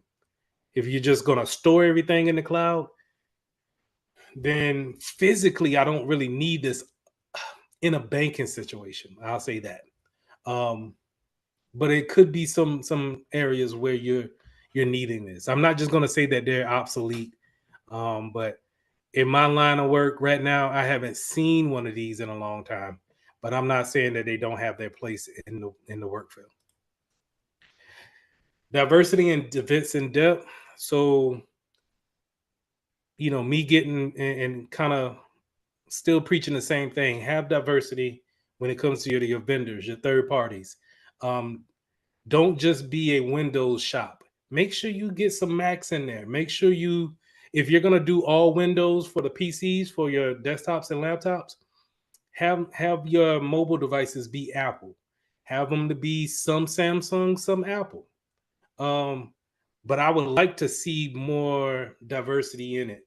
Um, yes, it's a lot to take an inventory of it, but that's we started this whole lesson on just making sure you have your inventory of all your assets, and having that vendor diversity is going to be real big because if one vendor goes down, then you don't have to worry about that affecting your whole shop. You can continue on with business as normal, and you just have to make a small adjustment because Samsung has put out a bad patch, and now everyone who has a Samsung phone can't use that phone. But that doesn't mean that they can't use their iPad to continue working. Okay, so and then I have cybersecurity highlighted here because um, the thing that happened with CrowdStrike is we're putting all our eggs in a basket with one vendor, and then now that vendor craps out, and we are a victim of that. All of those businesses that could not work, TV shows, airports, um, stores, all of them that couldn't work, put all their eggs in the basket with one cybersecurity company, and that shouldn't have been the case. You have hundreds of thousands of cybersecurity companies out here. Diversify, bring other vendors in, have them on standby. Um, and I guarantee you this is that when you bring in your cybersecurity team or a vendor in for a particular piece, like, hey, we want you to do phishing on our emails, and that's all we want you to do. They're going to pitch that we can do email security encryption, we can do two-factor authentication, we can do firewalls, IDSs. They're going to pitch everything to you, but that doesn't necessarily mean that you give them a ride on everything just because they say they can do everything. They probably can do one thing very well, and then they have something that kind of does everything else kind of well. I think everybody has something, every cybersecurity company has something that they do 100% better at all the other things that they offer. But they offer a lot. I'm just saying keep it mixed up. And from a hacker standpoint, that's another thing. If they just know that you just mess with Linux and Mac OSs, then there's no way that hacker doesn't have to be well rounded in order to get past those type of devices. They could just know that particular system. But if you sprinkle a little bit here, a little bit there, that defense in depth is causing them to, okay, I have to know Windows firewall, but I also have to know Palo Alto firewalls. I need to know Snort.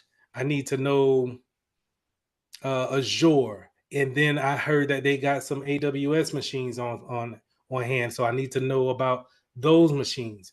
And when you put all of that diversity in there, yeah, it's kind of hard for one person to have all of those traits at a very high level. You're normally going to need a group of individuals that are used to hacking large companies in order to get past all of those diverse systems in your network. Some things you could put out there that can lure hackers in and then kind of do your offensive attacks. And it's not of an attack really, but it's more of you're doing recon or you're doing research on an enemy. Is you could set up honeypots and honey nets. So these are fake sites you could set up to where a hacker comes in and they're doing reconnaissance on your company, but then they see something that's intriguing to them. Maybe they find a computer that's online that's has less security systems on them than your normal one, and so they kind of see a victim already, and so when they remote into that machine, or they somehow penetrate that machine and they start to look for the files, you have something on there that can control what they see, not control what they see, but you can see how they are actually conducting themselves on that PC, on that honey net, that honeypot. They You want to see what tools are they using, what commands are they using, where did they go? Did when they got into the PC, did they go straight for the files? Are they looking for the type of account permissions that they have? What are they? What is the characteristics of this type of hacker? And then when you find that information out, now you can tailor your sensitive assets to combat that. And now you can feel better, that you feel more protected because you've seen this in the wild working on a honeypot. So I think these are great tools to have, but I have yet to see it done in the real world. I think a lot of times in the real world, we are so reactive. We don't have time to be proactive in this case, and really set traps out to see hackers and see exactly what they're doing. So I think a lot of times we're just trying to, we have, again, since we've been doing this class, I've been saying, hey, you got to be on this, you got to be on that, you're going to be on this. And I'm pretty sure you're probably thinking, man, this is a lot of stuff. How is one team supposed to take into consideration all of these factors of a business that's constantly changing? And you just kind of do it fly by night, man. It's just, it's a lot to take in, and you rarely ever get to the point where you're putting out honeypots and you're monitoring a honeypot or a honey net. At that, a honey net is like a bunch of honey pots, right? And it's a network of them. And so we're gonna watch this whole fake network lure people in. That that's proactive, and I haven't really seen it. Not saying that it doesn't happen, but I think you probably need a very big team in order to provide that type of offense. Testing resiliency. So going back to actually preparing yourself for a DDoS attack or some type of DOS attack, we want to have some type of simulation for it. Maybe you're having a pen tester come in, um, and test out the network, see where we're weak at. But you can also have tabletop exercises where we all kind of get into a meeting room and we go over a particular scenario. And in that scenario, I'll ask Anthony, what would your role be? And then I'll ask Leah, what would her role be if Anthony does A, X, Y, and Z? And we can go over these tabletop exercise scenarios, just to know if everybody knows what the plan is given the situation. It's a great training tool. I don't think it needs to be done on a monthly basis, but maybe every 6 months, you might want to pull your team in and sit down and say, hey, let's just go over this particular scenario just in case it happens. It may seem corny to talk about it now. Like, hey, you know what I'm saying? I don't want to go in here and talk about what if. But in this line of industry, you probably do need to talk about it just because, like I said, it's not if it's going to happen, it's when it's going to happen. And when it happens, you're going to need to be on point and constantly everybody doing their job in order to get past that incident. And then we write those things down and have a after action review. That's tabletop exercises. So failover tests happens a lot of times with networks that I've seen. So what they'll do is that they'll have the main network shut down and see if there's a failover test to the backup network that happens. Now, normally this happens after hours because we don't want anybody on the internet at work to not be able to do work, and we can't get the failover to happen right. But the failover is not, in my opinion, is not validated until you actually do it during business hours. You have to do it during business hours because that's when it matters the most. If your network goes down, you want to make sure that it fails over flawlessly to the other side and it connects and people are, I mean, they should see a blip, maybe 5 seconds without internet. Be real, maybe 30 seconds without internet, and then they're back up and running before anybody starts to say anything. But if you are too scared to actually do that during the daytime, then you won't find out if it happens, if it does happen, until it really does happen. And then you got simulations, and that goes back to the pen testing that I was talking about, where we're actually putting boots to the ground. We're actually having someone look at our configurations, see if they can get into our firewall, see if they can get into our files, lock some stuff up, see if they can get in physically, and put in a keylogger. And do we have something that can detect the keylogger? Things are like that. So those simulations are really big on testing if you have the right plan in place, the right tools in place, and you can see if you got the right people in place too. All right, physical control. So now we're talking about um, the actual building or things that we can touch. This is more tangible. So this goes underrated because it's, when you think about security plus cybersecurity, you're thinking about more things that we can't touch, things that, people are just typing all day and we just putting in code and we just not physical with it, right? Everything is just not, you're not touching nothing. But it's a big player in this game because you could put up all the passwords you want and all the firewalls you want. If I just go in there and take it, then what? This is still a DDoS attack. Where's the failover? I just took the server, I took it home, and I don't have to break into the server. It's the fact that you don't have a server anymore. So now how do you continue to work? Did we think about that? Did we have a tabletop exercise on that? Probably not. So physical controls is just as important.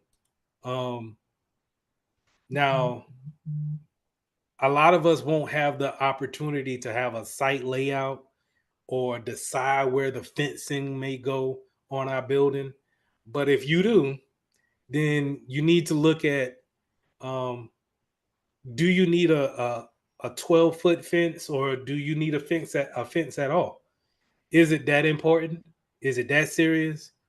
Do you have sensitive information on campus? Then maybe I do want a fence that's up.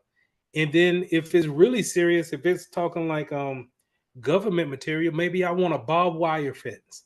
Maybe I want a security guard at the top, at the beginning of the gate. Maybe I want them to be able to look at people's ID and record everyone who comes into this property.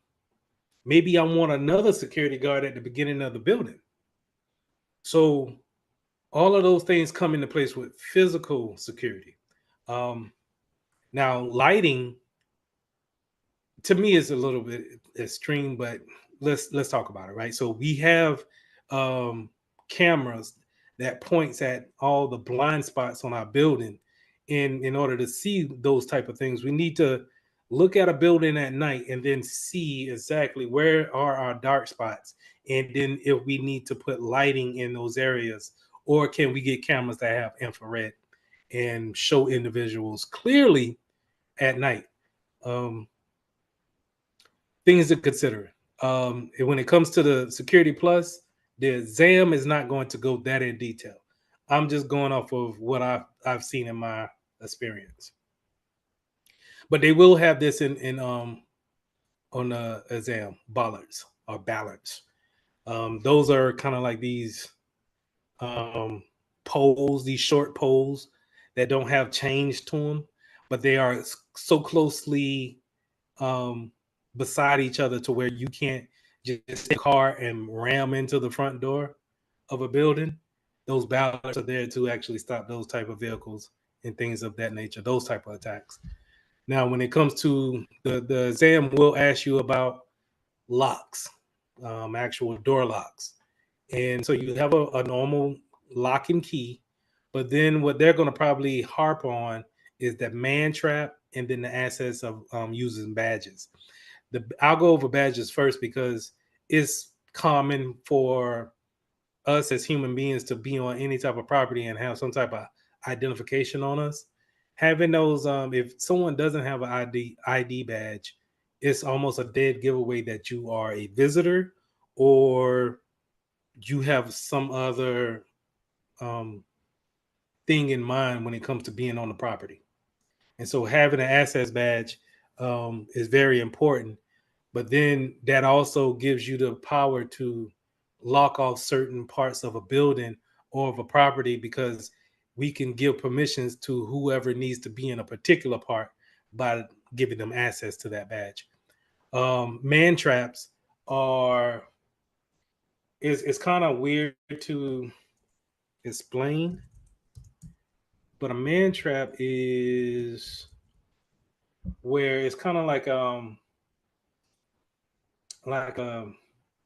want to say an entryway between an entryway. I don't know if anybody has seen something like this.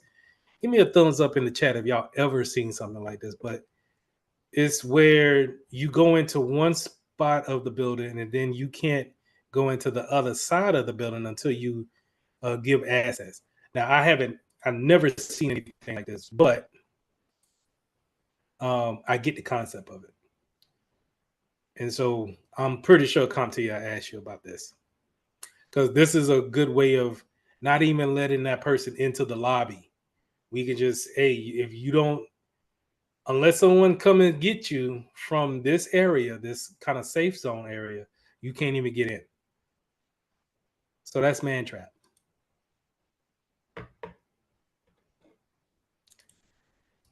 Then the last slide I got here is the security guards and the cameras. Now I already kind of talked about a security guard, but the one thing you want to know about a security guard is that they need processes. They need to know who's coming in, coming out.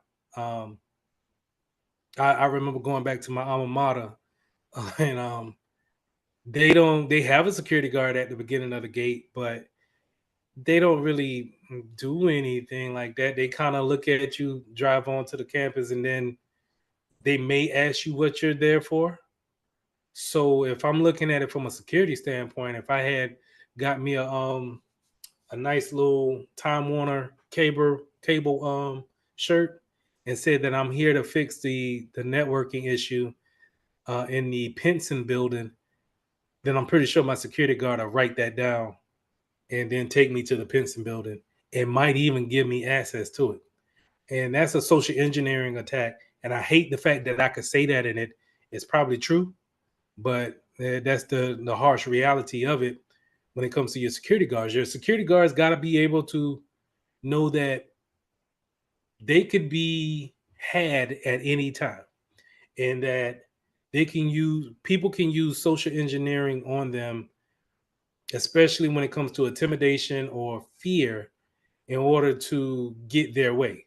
So if you just roll up on campus and you're just kind of irate, like, yo, the network's down. I don't have time to sign any papers. I'm here to fix the network. Please take me to the nearest network closet in the administration building now. If you go with that type of energy, 9 times out of 10, somebody's gonna probably take you to where you want to go. And if even if you only stay in there for a couple of minutes, you could put something into their network um, that can talk back to your computer. And the only thing you really need to do is just plug in a USB stick. They have this stick called a rubber ducky, and that rubber ducky is kind of like a just a remote control data grabber, and it reports back to whatever machine that you have it hooked up to. So just off of maybe 5-10 minutes of an interaction, you could pretty much take down a whole system if you use the social engineering parts right. Especially if they don't take down your name or the reason why you're here, validate who you're coming to see. That's the thing about security guards, is that they need to have a process of, hey, a visitor comes on, okay, who are you? What do you come to do? Who do you come to see? And then they need to find that whoever you're coming to see needs to sign you in and take you to wherever you need to go. And on top of that, if I'm really high speed, I'm gonna give you a badge, a visitor badge, and in exchange for that visitor badge, I'm gonna take your license, or I'm gonna take something that's valuable to you, so I know you'll come back, right? I'm just not gonna let you ride onto the campus or into the building. That's not what we're not gonna do.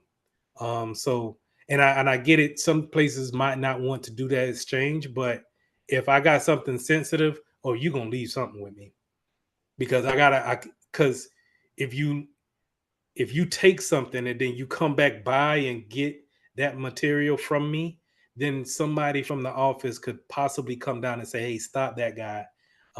They took something or they placed something here. And so those things can be alleviated just by at the security guard um, station.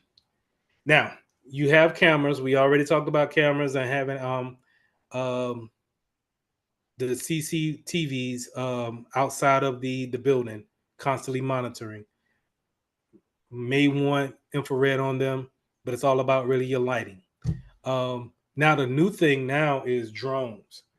And now I'll get into kind of sharing my screen a little bit with um, pictures. So these drones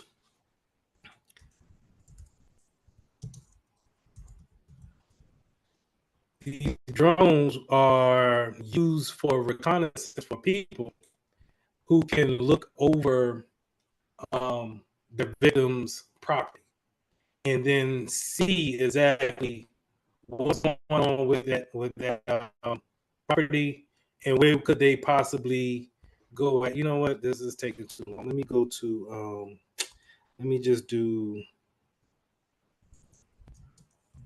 I'm gonna do Allen University maps, and then I'm gonna go to the maps because Google has.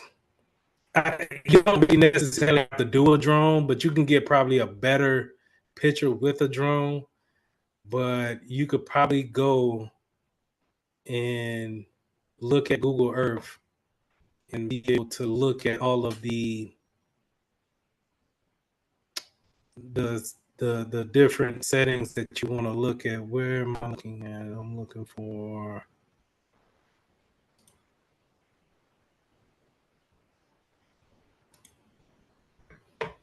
I feel like sometimes when I get online with you guys, that's when everything hides from me and I can't figure out what I want to do. There it is. And I want no, that's it. Okay, so I can look at this particular university, and this is what a drone is going to show you, right? But a drone will probably show you clearer picture of this at more in-depth vision, but I can pretty much scope out victim by just doing this and just seeing, okay, maybe I want to go in here. A drone could possibly see if I could see if there's some cameras there. Where is the security guard gate at? Things of that nature. Where could I set up a a hotspot? Could I set up a hotspot across the way in this gym that that leaks information over here? But this is how, you know, drones uh, collect that type of information. And right now, with it being airspace, I don't know if people really know how to govern themselves with drones. I just had well, not I had a situation. I'm a Carolina Panthers fan, and we just had practice, I think yesterday, and someone showed up with a drone and flew the drone over practice. Well, if you're trying to keep your plays secretive, then you probably want to tell the fans don't show up with a drone. But it was they didn't tell anybody. So if you don't tell people what to do, then they probably liable to do anything. And so somebody showed up with a drone and actually recorded practice. So that was dope at the same time as being kind of like, you got to be smarter than that. Um, so let me see. I showed you guys the VM shots, the snapshots, and then we talked about the reset, right? Of having the boot and nuke, of erasing everything. And I wanted to point this out on your Windows machine is that you have a reset on your machine. But this is what I was saying about um, doing this option, resetting your PC. Choose to remove or keep personal files, then reinstall Windows. It will reset your PC to make it feel new, right? So it'll go pretty fast. And if you feel like your computer is sluggish, then I would suggest you do a recover, not a recovery, but you save the data in your files, and then I would suggest you do something like this: reset the PC all the way back to a straight out of the box setting. That will make it feel as fast as if it was brand new.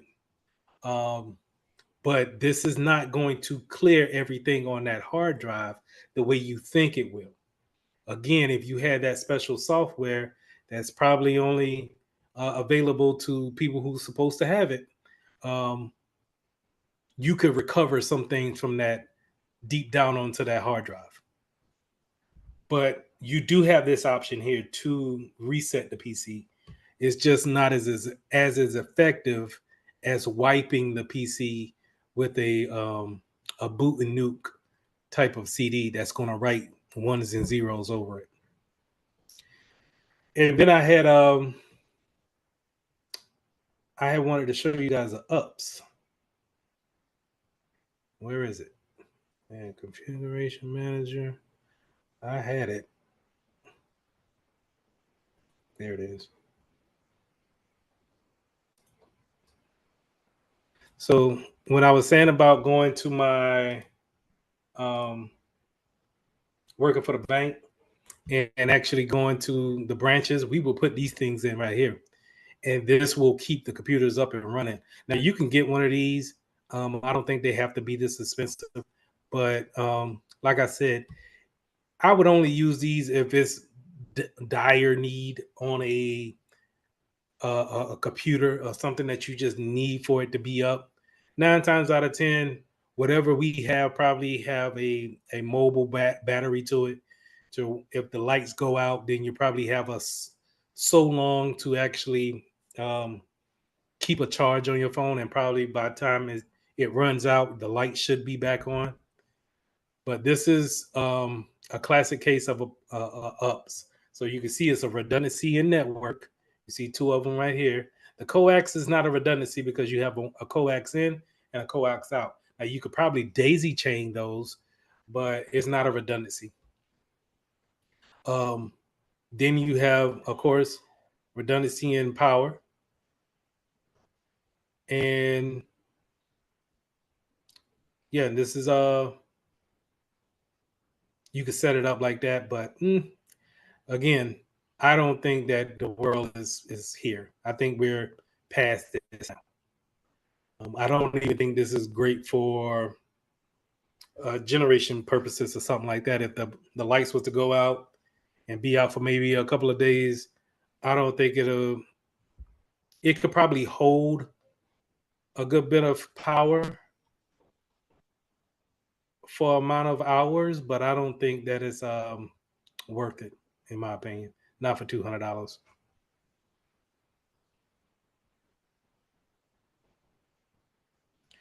But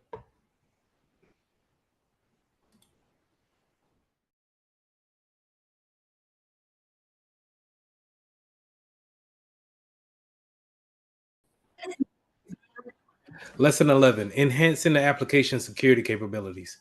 Um, so we're gonna be talking about mostly ports and the things that can help you out when it comes to having these applications on your network. But then, how can we make them more secure than just putting in, a firewall or some type of uh, ACL that can protect them? What other things we can put in place that can help us with that security level? So let's start talking about protocols. Remember, protocols is the way that we talk to each other on the internet, uh, from device to device. So it's various ways that we can communicate with each other. And protocols, having secure protocols is probably right the most secure way of doing it. But it's not the only way of doing it, and um, it's not the only way that people are doing it. You have some companies out here that's um, it's easier to use a more insecure way, or maybe they haven't found a way to communicate securely. And so, if that's the case, then we need to be aware of that, and we need to be able to put things in place in order to make sure that we are not leaving ourselves vulnerable because of someone else's uh, capabilities.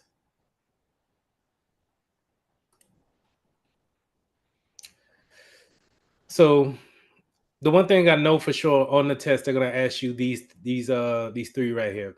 What is insecure when it comes to a protocol? Telnet is deemed to be unsecure, as well as HTTP and FTP. Now, back in the day, I want to say early 2000s, late to 1990s, Telnet and HTTP were probably more prevalent back then than it is today. It's kind of hard pressed to find a website that doesn't use HTTP, uh, but you do run across it every now and again. And your browser is smart enough now to give you those warnings that, hey, this website is not operating on port 443. So please be aware of any type of sensitive information that you put across into this website. Because remember, if they're not using HTTPS, then they're using clear text to run everything across the network. And so I can take my Wireshark and be able to see that traffic going back and forth. Um, the alternative to Telnet will be SSH, being able to remote into a server.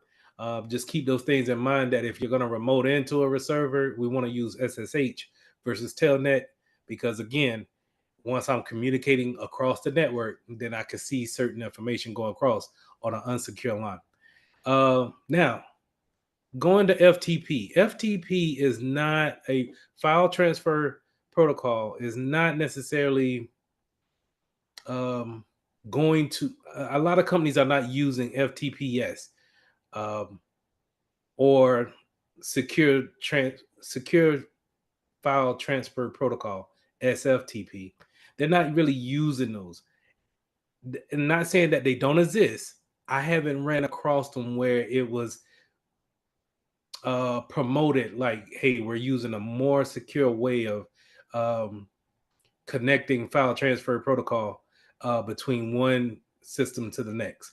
I'm kind of I want to be sure, but I would go on a limb and say that whenever I put a file into the chat, we're using just FTP. We're not using a secure standardization of a secure protocol to transfer those files back and forth in the chat. And when you think about it, it has to be like that because we're not setting up any type of secure communications with each other. So we don't have that that tunnel that I speak of when I'm talking about IPS or VPN. We're not having that when it comes to the Zoom sessions. We're just kind of, hey, this is almost kind of like texting almost, and I'm just sending a file within a chat, and it uploads that file, and you guys have a link to it to be able to take it and then download it from that uploaded area. So that's the only one that I would say that it is insecure to use FTP, but in the real world, you're probably going to run across just FTP, and users are not really using um, anything else as of yet.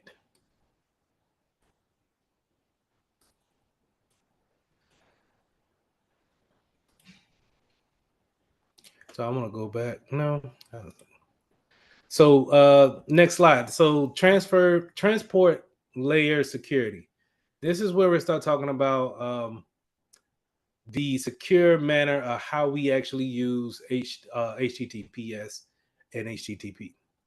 So a lot of times when we're talking about um, browsers and web browsing, um, we want to use secure socket layer when it comes to transferring or using a secure manner of HTTPS. And we want to have the now versions now of 2.0 and 3.0. I haven't really seen 3.0 out there, but I've seen definitely SSL 2.0. The one thing that you don't want to use is a version of TLS 1.0 or any of the TLSs. The thing about the TLS is kind of like the FTP too. When it comes to it's it's a known unsecure way of communicating, but a lot of companies have not made the change over to SSL encryption in order to have that secure manner when it comes to their website. And so a lot of times when yesterday we talked about having Zscaler and ForcePoint as a web proxy, looking at that type of traffic. Zscaler and ForcePoint is bred to actually block that traffic if they're not using an SSL encryption, just to kind of keeping things just kind of keeping things ahead of you before you actually go and engage with those type of sites that are not uh, up to date when it comes to the encryption of the site. So remember that for the exam is that when we're talking about SSL encryption is the way we want to go. We're talking about 2.0 and 3.0. Any version of TLS below um, 1.2, we're not going to use. But I would be on the verge to say that every version of TLS we don't want to use. I would lean towards that when you're looking at doing this exam. So if they ask you any kind of questions about TLS, just know that we don't want TLS. If we gotta use something, we're gonna use the SSL encryption. Okay. Now you do have some attackers where what they want to do is they want to take the equipment or the site that we have and then downgrade that site to a old version of TLS and then be able to take advantage of it. And they call that a downgrade attack. Um, so that's why it's important to have those things upgraded and using those newer versions of encryption when it comes to websites. So TLS security, um,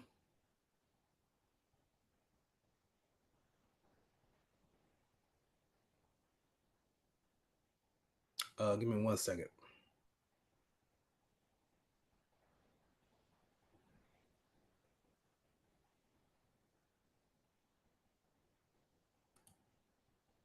Not sure why that was there.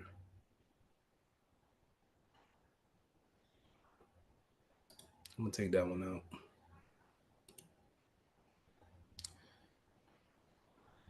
All right. Secure directory services. Um, so when we're talking about a network directory, we're talking about um, subjects, objects, and then the permissions that they have on them. So we seen that last night when I showed a file and then the permissions that goes along with those files. Um, Now you want to have those things secure and then named properly um, to actually keep it legible for others who may come onto the team or who may leave the company, and then you have new hires. So you want to make sure that those things are named properly, but you also want to make sure that they're not named so obvious to where if the hacker does get into a particular account, then that they can know exactly the president's laptop, and they can tell that the difference between their laptop as well as a CFO's laptop, a chief financial officer's laptop. So you want to make sure that you have a naming convention, but it's not so obvious, right? Um, Now your environment has different other naming conventions for different resources, such as a file server, servers, web servers, web proxies, printers, so on and so forth. All of these objects, we want to make sure that we have them written down in kind of a map, that logical map that we did a couple of classes back. We want to make sure that we indicate all of these things because, from a higher standpoint, whenever you have inventory that year, or if you're looking to replace certain items, then you can go back and go ahead and rename the new resource to follow that same naming convention, but you can also know what's in your environment and what needs to be upgraded at that time. Now, going off of that naming convention, we're talking about lightweight directory access protocol, or LDAP. This is what's going to really communicate with that software that I was showing you guys in AD. AD is going to be able to communicate with those resources out there on the network, um, and this is how AD is going to talk to them using a protocol called LDAP. So whenever we are now, it's limited on what Active Directory can do with a particular resource. So it's not going to necessarily um, make the printer a switch almost, right? You can't just make it do what it was not built to do. But from the resources or the extent of AD, it probably could you could send test pages to that machine from different parts of the network. Maybe you're on the second floor and you want to print on the ninth floor, and you can connect through it via this protocol and be able to run commands that way. So it has its advantages, but at the same time, um, it's not going to set the world on fire, in my opinion. So the SNMP protocol, we talked about this yesterday, where we are using this type of protocol to monitor and to track different types of objects and resources on our network. We want to make sure that this is up because you don't want to go around to every piece of object on the network and then see what's going on with it. You want to be able to put tools in place to be able to talk to that machine or that device, that storage, and be able to tell certain things about it. To give an example, on your servers, you want to make sure that you could see it from a central spot, some kind of dashboard, and maybe I want to just tell if it's up and running. Does it need patches? Um, does it is it pending a reboot? Is it down? Is it going to give me an alert? All of those things can be sent and communicated through the SNMP protocol. And so in order to have that is real convenient. I'll say that. um, can you live without it? Yes, of course. But you must understand that when we're having these things implemented on our network, we need to make sure that we are aware that it's implemented and that we're using it. Because if we're not using it, then we forget about it. And if we forget about it, then they become subjects that could be taken advantage of later on. So we want to make sure that we always are tracking what protocols we're actively using. So remember, we went over FTP a little bit on the second slide, but some just to double down on it, we got um, we want to talk about how FTP is in a lot of applications that we use, but is again, it's not necessarily the most secure way of actually communicating, but it's the way applications are used today. Um, so when you think about all the applications that you can attach, that little paper clip that you can attach your email to, attach a document to an email, or you could do that in Facebook too, in the direct messages. You can attach a paper there, or in Zoom, of course, like I've used before.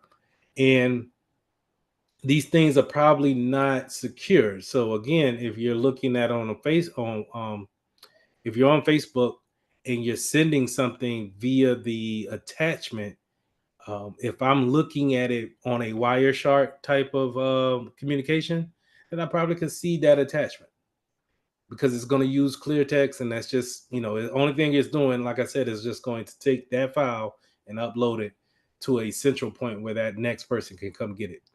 SSH, on the other hand, is going to use some type of encryption in order to cover that communication from endpoint to endpoint. A good idea of that is having an email service. The email service is 9 times out of 10 going to be more secure than using FTP, and you can be able to attach documents there and not worry about if anyone intercepts that email, unless you just send it to the wrong spot, right? But you don't have to worry about that. And so having I would say go that route when it comes to sending information. If you're going to send documents, always try to send it over an email service because it's going to be naturally secure.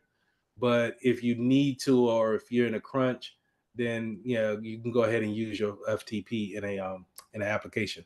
Now, with the email services, remember SMTP is going to be port 25, and this is a clear text by default.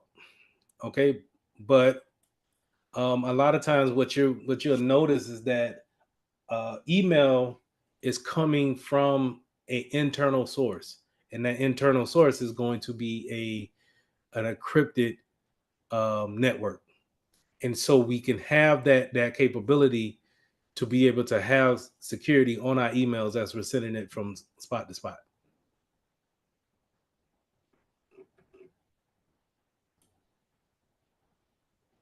Now the email gateways, um, this is where in a professional environment, we have servers that collect the emails all in, and then we have antivirus that can run on them and to see if there are malicious in any type of way. Or sometimes we have a machine learning uh, AI that's running on that email server to see if this is a spam or some type of phish. And for the most part, it works okay. And the reason why I say that is because I've worked with two different ones that are main players in that field of email security. And it takes a while before the machine learning actually can understand what you deem as a spam or a threat. Um, and it's so many wording, it's so many different words that you can use in an email that can be um, easy going without sounding too like you're trying to automatically sell a product. if you automatically say, hey, check out this link, you can get 40% off on the next purchase. That's automatically going to sound spammy, and it'll probably be picked up by the normal spam blocker that everyone has, right? So if you take a look at some of your spam, you'll see some real good phishing campaigns in there too. But going back to this email security that I've been working with, we have it. We have the machine learning a good bulk of it. I want to say maybe on a day-to-day basis, it maybe can decipher between 200 emails. But then on the manual part of it, what I have to actually look at is maybe about 25 different emails a week. And so of those 25, I need to decide if it's going to be a spam, a clean email, or a phishing email. And then based off of the reasons of why I chose those certain categories for each email, the machine learning will then adjust how it would receive that particular email, not that particular one, but one similar to it the next time around. Um, my only problem with that is that it's in order to really kind of get it to where everything is taking everything that comes into that gateway is actually handled by the machine learning or the AI. It's going to take maybe about a year of me actually doing those 25 a day or 25 um, a year of just kind of teaching it how to actually look what we deem to be a spam type of email. DLP and emails. So DLP is data loss prevention, and this is where we want to be aware about what we send out in emails. The thing is that when you're a security professional, you will work with everybody in the company, and everybody in the company has different job tasks in order to get things done. And sometimes emails is something that's the only thing they do is communicate with other vendors all the time. And a lot of times they may send sensitive information over. Well, it's our job to try to catch that. But um, if you want to get ahead of the curve, I think an insider tip is we don't have a lot of companies don't have DLP involved into their network just yet. And I think that's because they don't know how to actually implement it. I don't think they know how to set it up to where it's looking for sensitive information leaving the network. I think it's easy for us to just set up a um, a policy and have it look for particular names and social security numbers, bank accounts. That's easy, but it's not necessarily something that every company one can afford to know how to set up in order for it to run seamlessly. Like I was talking about with the emails. Um, when those emails come in, I still have to manually look at those things. But the thing about DLP is that you want to be able to stop those things before it actually happens. You want to be proactive enough to where um, once somebody sends something out, it automatically flags and then sends them an email and say, hey, you sent out two social security numbers based off of this policy. And, we didn't let it go through. You don't want to be reactive and say, well, it already reached its destination and we just figured out that, what, you just broke the HIPAA laws. So we don't want that. But the thing, like I said, is that in order to set that up in the policies, and I'll show you guys that in the second hour, to set that up in the policies is kind of cumbersome, and you'll probably need to hire a whole staff just for DLP alone, just to make sure that the policies are set up correctly and what they're looking for is proper. Because I don't just have to send out a 9-digit number. Is it 9 digits?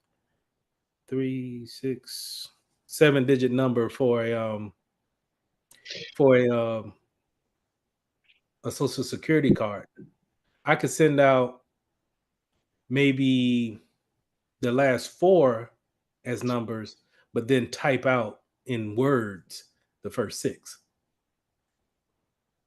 Keith, you got a question?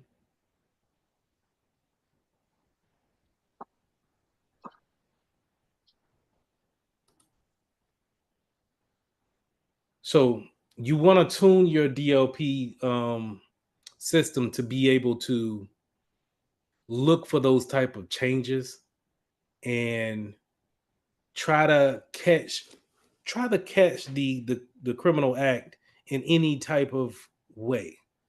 But DLP is so in depth of how people can actually take information out of the network and send it to other places. It could be a number of ways. And remember, we talked about mobile devices last night.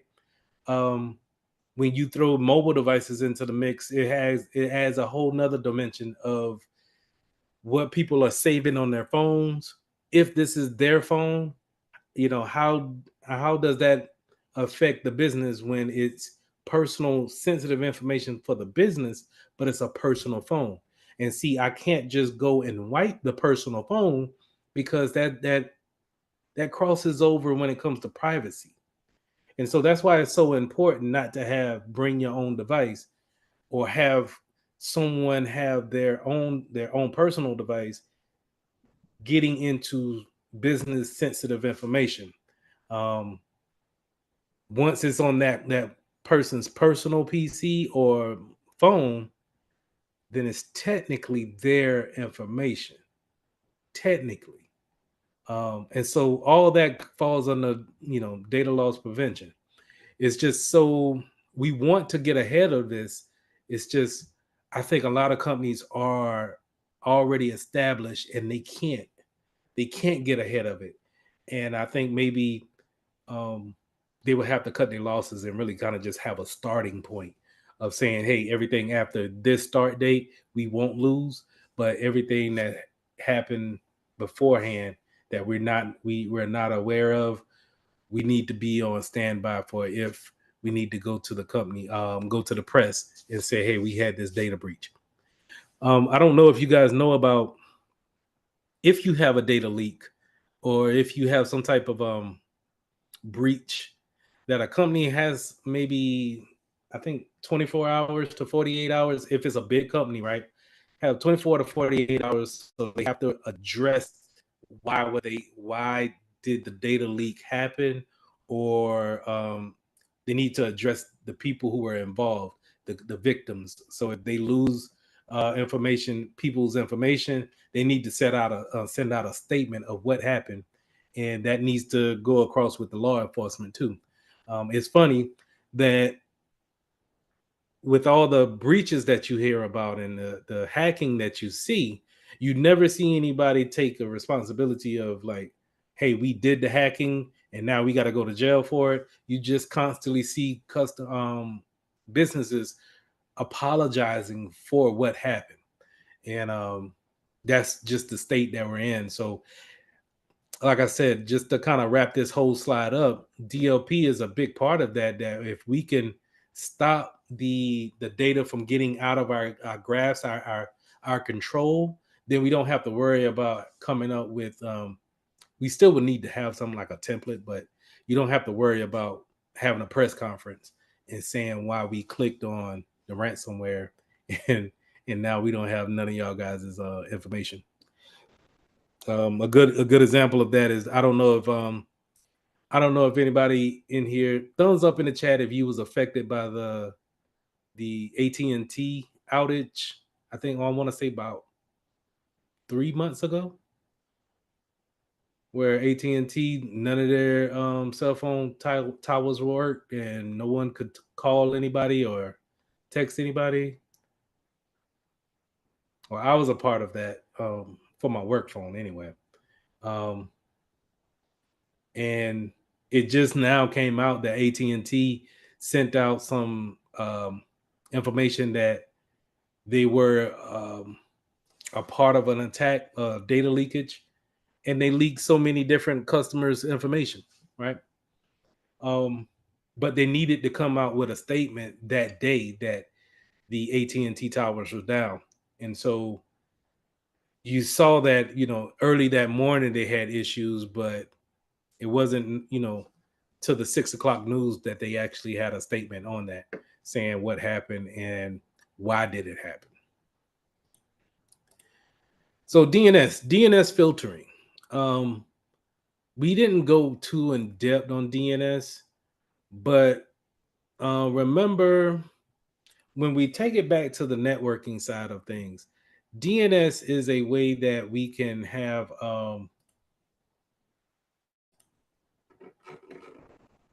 DNS is a way that we can have our computers know where certain websites are, right? In domain name systems is how that happens. Um, it's not just having mentaltech.com be a website. It's actually the IP address on how it's actually found. And so, like, my favorite thing is just virus total altogether. It's just it gives me everything I want. So I'm at this website now. The way computers talk to each other is the IP addresses. That's why everybody gets one, and that's why we're able to communicate on a faster scale instead of trying to disseminate words down to a machine language, which is going to be based off of ones and zeros at the end of the day. But from a higher level, computers talk by numbers, a lot of numbers, right? And so having, instead of 103.169.142.0 be my address, and I say to you guys, hey, go to my website, it's going to be here at this IP address. That'll be so confusing. But to humans, it's much more easier for me to say, hey, just go to mentaltech.com without the H. So I'm wondering, I don't know if it's set up this way, but we'll see. If I can put 103 into my URL, maybe it goes to my website, maybe not. I remember I used to have a certain amount of IP addresses I could try. And instead of the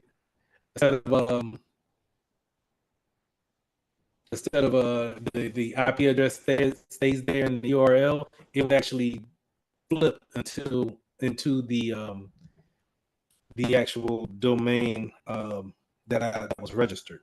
So I'm gonna go to 8.8.8.8. I want to see if that comes up with a IP address with a domain. The all eights is a Google DNS, right? So you see how I just typed in an IP address, but it checked in with the DNS naming system, right? And seeing that 8.8.8.8 is actually DNS.google. So let's see if I could put this in. And I'm just doing this off of a whim. I don't know what it's gonna show. So I'm kind of happy that I just see this so you guys can see it as well. And remember, that was the IP address that Virus Totals gave me for my website here. So that's how the machine or a computer is actually going to look at my address. I know it as Mitchell Tech. The computer, the DNS system is going to know it as 103.169.142. And then when it goes there, it will then translate, it will show me that it went to mentaltech.com. Now, why do we bring all this stuff up for security and then the security factors that it could hold? We want to make sure that we keep our DNS list as true as possible, right? So somewhere on your computer is a list of all the domains that you have, that your computer has already associated with IP addresses and then domain names. And then instead of it actually trying to take a long time to figure out the difference between the two, since we already have a record of them, then we could just go ahead and reference that list and make it even quicker to go to our favorite websites, especially if we already visited there before. Now, if you manipulate that list, if you change that list, then we have something called DNS poisoning, where I'm going to change it to go where I want it to go and not necessarily where it's meant to go. So the only thing the DNS is doing is just kind of like a phone book. It's just referencing what two names, what name and number is correlated with each other. Okay. And so we have a different we have some DNS right here that they have here that you can click on and go to their DNS system. But I just showed you guys one of the ones that I always use is just the 8.8.8.8. And you can go there and be able to see how DNS is. And I say, what better way than to have Google, be your DNS, because it's the most search engine and it's probably going to be able to resolve those IP addresses quickly or the name quickly, right?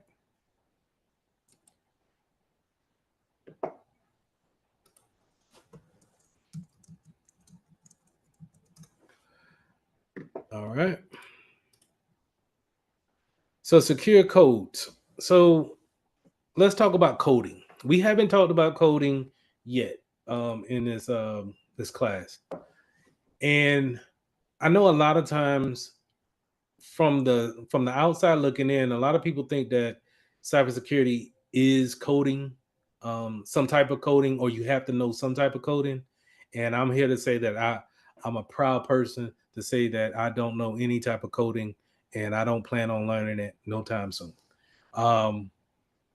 I think you have departments for those type of tasks, and they are professionals, and you should let the professionals do what professionals do.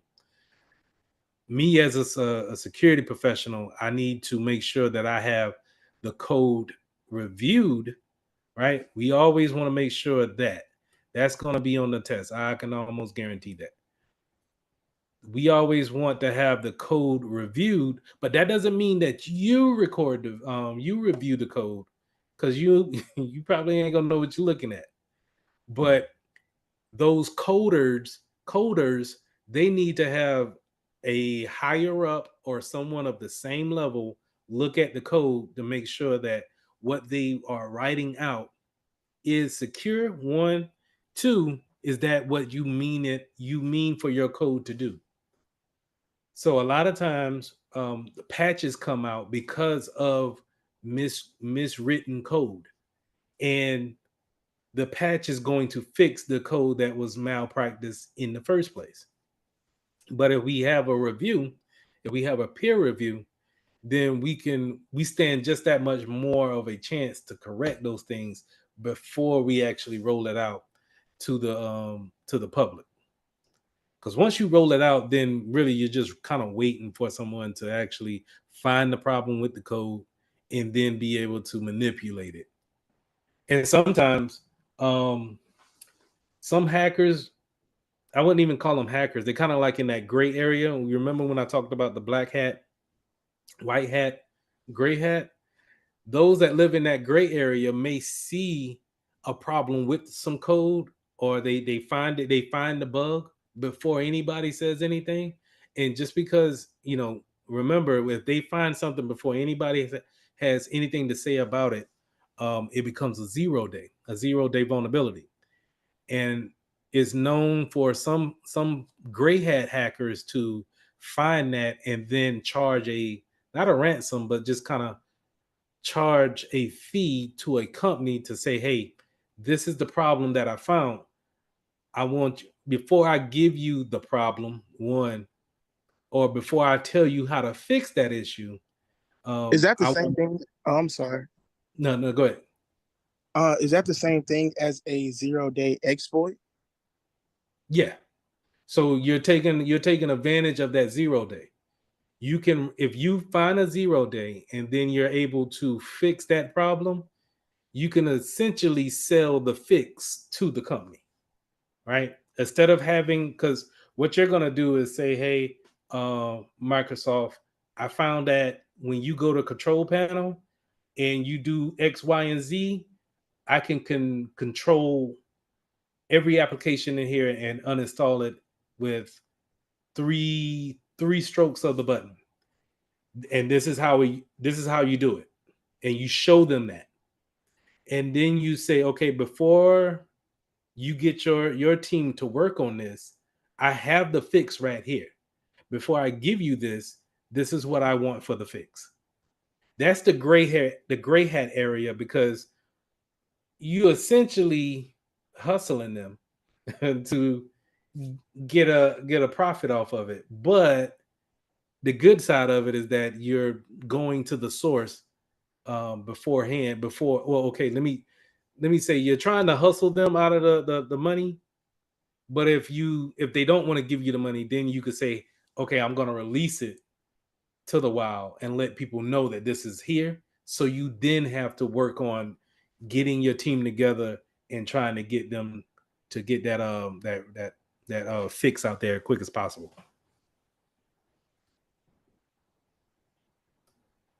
So, I mean, it's funny business, but at the same time, it's the cost of doing business. At the same time, is if you are good at coding or looking at those type of code languages and understanding how applications work, and then you're able to, not, you don't have to necessarily go with a big company like Microsoft or Apple. You could look at, I would me personally, and this has nothing to do with CompTIA, but I would go to the app store, see what new apps come out, and manipulate those new apps, and then contact that manufacturer and give them those type of information. Now, I wouldn't take it and say, hey, I'm going to sell it to the dark web and let people, manipulate your app after that. But that's a way of getting experience, and then at the same time getting real world experience, legit experience off that. So I have a question. Yeah. So isn't that kind of like bug bounties? It is. But the bug bounties start off from the company, right? So Mitchell Technologies is gonna, I just put my application out. I want to see if there's any issues with it. You know what I'm saying? So I want people to go at my app from a black hat attacker standpoint. You don't know anything about my application. Only thing you're doing is going through top to bottom, and you're combing through to make sure if you see anything wrong with it, let us know. Right? Then we'll pay you based off of what you find. It's what I just explained was more on, hey, I'm thinking my application good. I'm about to make some money off this.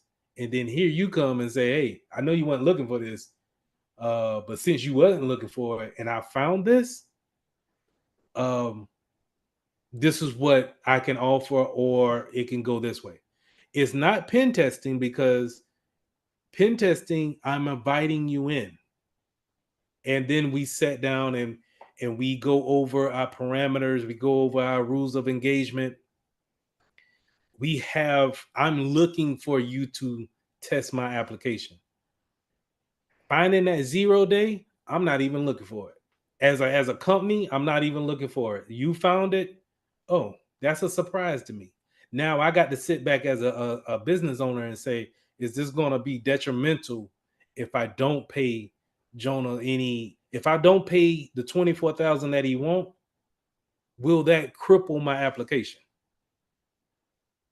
Maybe I want to pay him. So that having that 0 day is going to be, if this was a pen test and you found a 0 day, see the 0 day in a pen test, I'm obligated to tell you what I found. If I don't tell you what I found and then come back 2 weeks later and be like, hi, I didn't tell you about this. You got this going on. That's unethical. You probably won't get another job like that. But finding a 0 day and then letting them know, hey, I ain't saying I'm gonna do right by you, but this is what I found. This is what I like for compensation, and I'll tell you how to fix that. If not, then hey, whatever happens, happens. That's something different. That's hustling right there on a cyber side of it. A good convo. Do you recommend, like, how do you recommend getting into it deeper? I would go, honestly, I'm gonna type something in the chat. CEH. I would start there, learning the no, I don't want to send that there. Learning the certified ethical hacker. I will start learning the concepts in there. And then letting that go into looking for pen testing jobs. If you're gonna do it the white, and see, I would only suggest the white hat side of it. Right. As far as the gray hat and the black hat, I mean, you just do what you want to do at that point. That's my advice would be. But from the white hat side, I would start looking at the certified ethical hacker, see how they teach the elements in there, because they're gonna just tell you how to actually tear these things apart, how to tear down a website bit by bit. What is a hacker looking for? If you're gifted in that area, then I think going in that area and being a junior pen tester is the way to go. Here's the thing about it is that a lot of companies don't have a pen tester in-house. Very expensive position, and you are only really you're not used as much because a lot of times a lot of companies only want to do a pen test once a year. They don't have time for things to be breaking all the time and interrupting people's day. Honestly, whenever I seen a pen tester come in, I knew nobody wasn't gonna get no work done, no real work done for 2 weeks. He was just coming in there to wreak havoc and break stuff and go home. So I mean, do I think it's going to be on a rise? Yes, but I think it's going to be on a rise for more independent contractors who are going to get those big contracts to come in maybe 2 months out of the year and actually, wreck shop and then go home, give a report and then go home. Yes, sir. Because I've been on YouTube and it's like called Hack the Box, and that's what I'm trying to like learn. But some things are like kind of confusing and like they walk you through, but I'm still kind of like just like wandering in the dark. That's why I say start with the CEH and learn the concept. The CEH is going to be, it's an advanced certification. It's above the Security Plus. So, but it's going to be an entry level on hacking. It's going to teach you what the bad guys know. And you may say, well, Lee, why you don't know it? Well, I don't care to know, it's my job to set it up secure from the get-go. I'm supposed to be proactive. Having that CEH is going to teach you how to be reactive and proactive at the same time. And it's not in my realm to know how they got in. I need to know how to get them out. And first and foremost, I need to know how to not let them in the first place. So I need to know those protocols and processes of how to do that. So I would get into the CEH, learn those in between things that you probably are missing when it comes to try hack me, and then I would probably keep those things as things that I go back and forth with, and go back and forth with that application and with that material. I'll try to find you some material on the CEH and send it to you. Yes, sir. Thank you. Mm-hmm. So we talked about input validation. We always want somebody to check behind us when it comes to those coders. Injection attacks, we also, that goes back to that input validation. Anytime we're talking about people having forgery websites, or they put some type of injection on your website, that's that can be alleviated by having two or more, checking the code to make sure that it's written properly. It can be alleviated that way, right? When you also we also want to make sure that we keeping our blocking our allow list. So it's always gonna, having that upkeep of, are we doing the right thing, is always going to be important. Having that allow, we allow these certain applications, we allow these certain protocols, but then we want to make sure we block the things that we don't want, because we don't want to put them in a, we don't want to put ourselves in a position to where we're like, we don't even use this. Now we got to figure out how to stop it from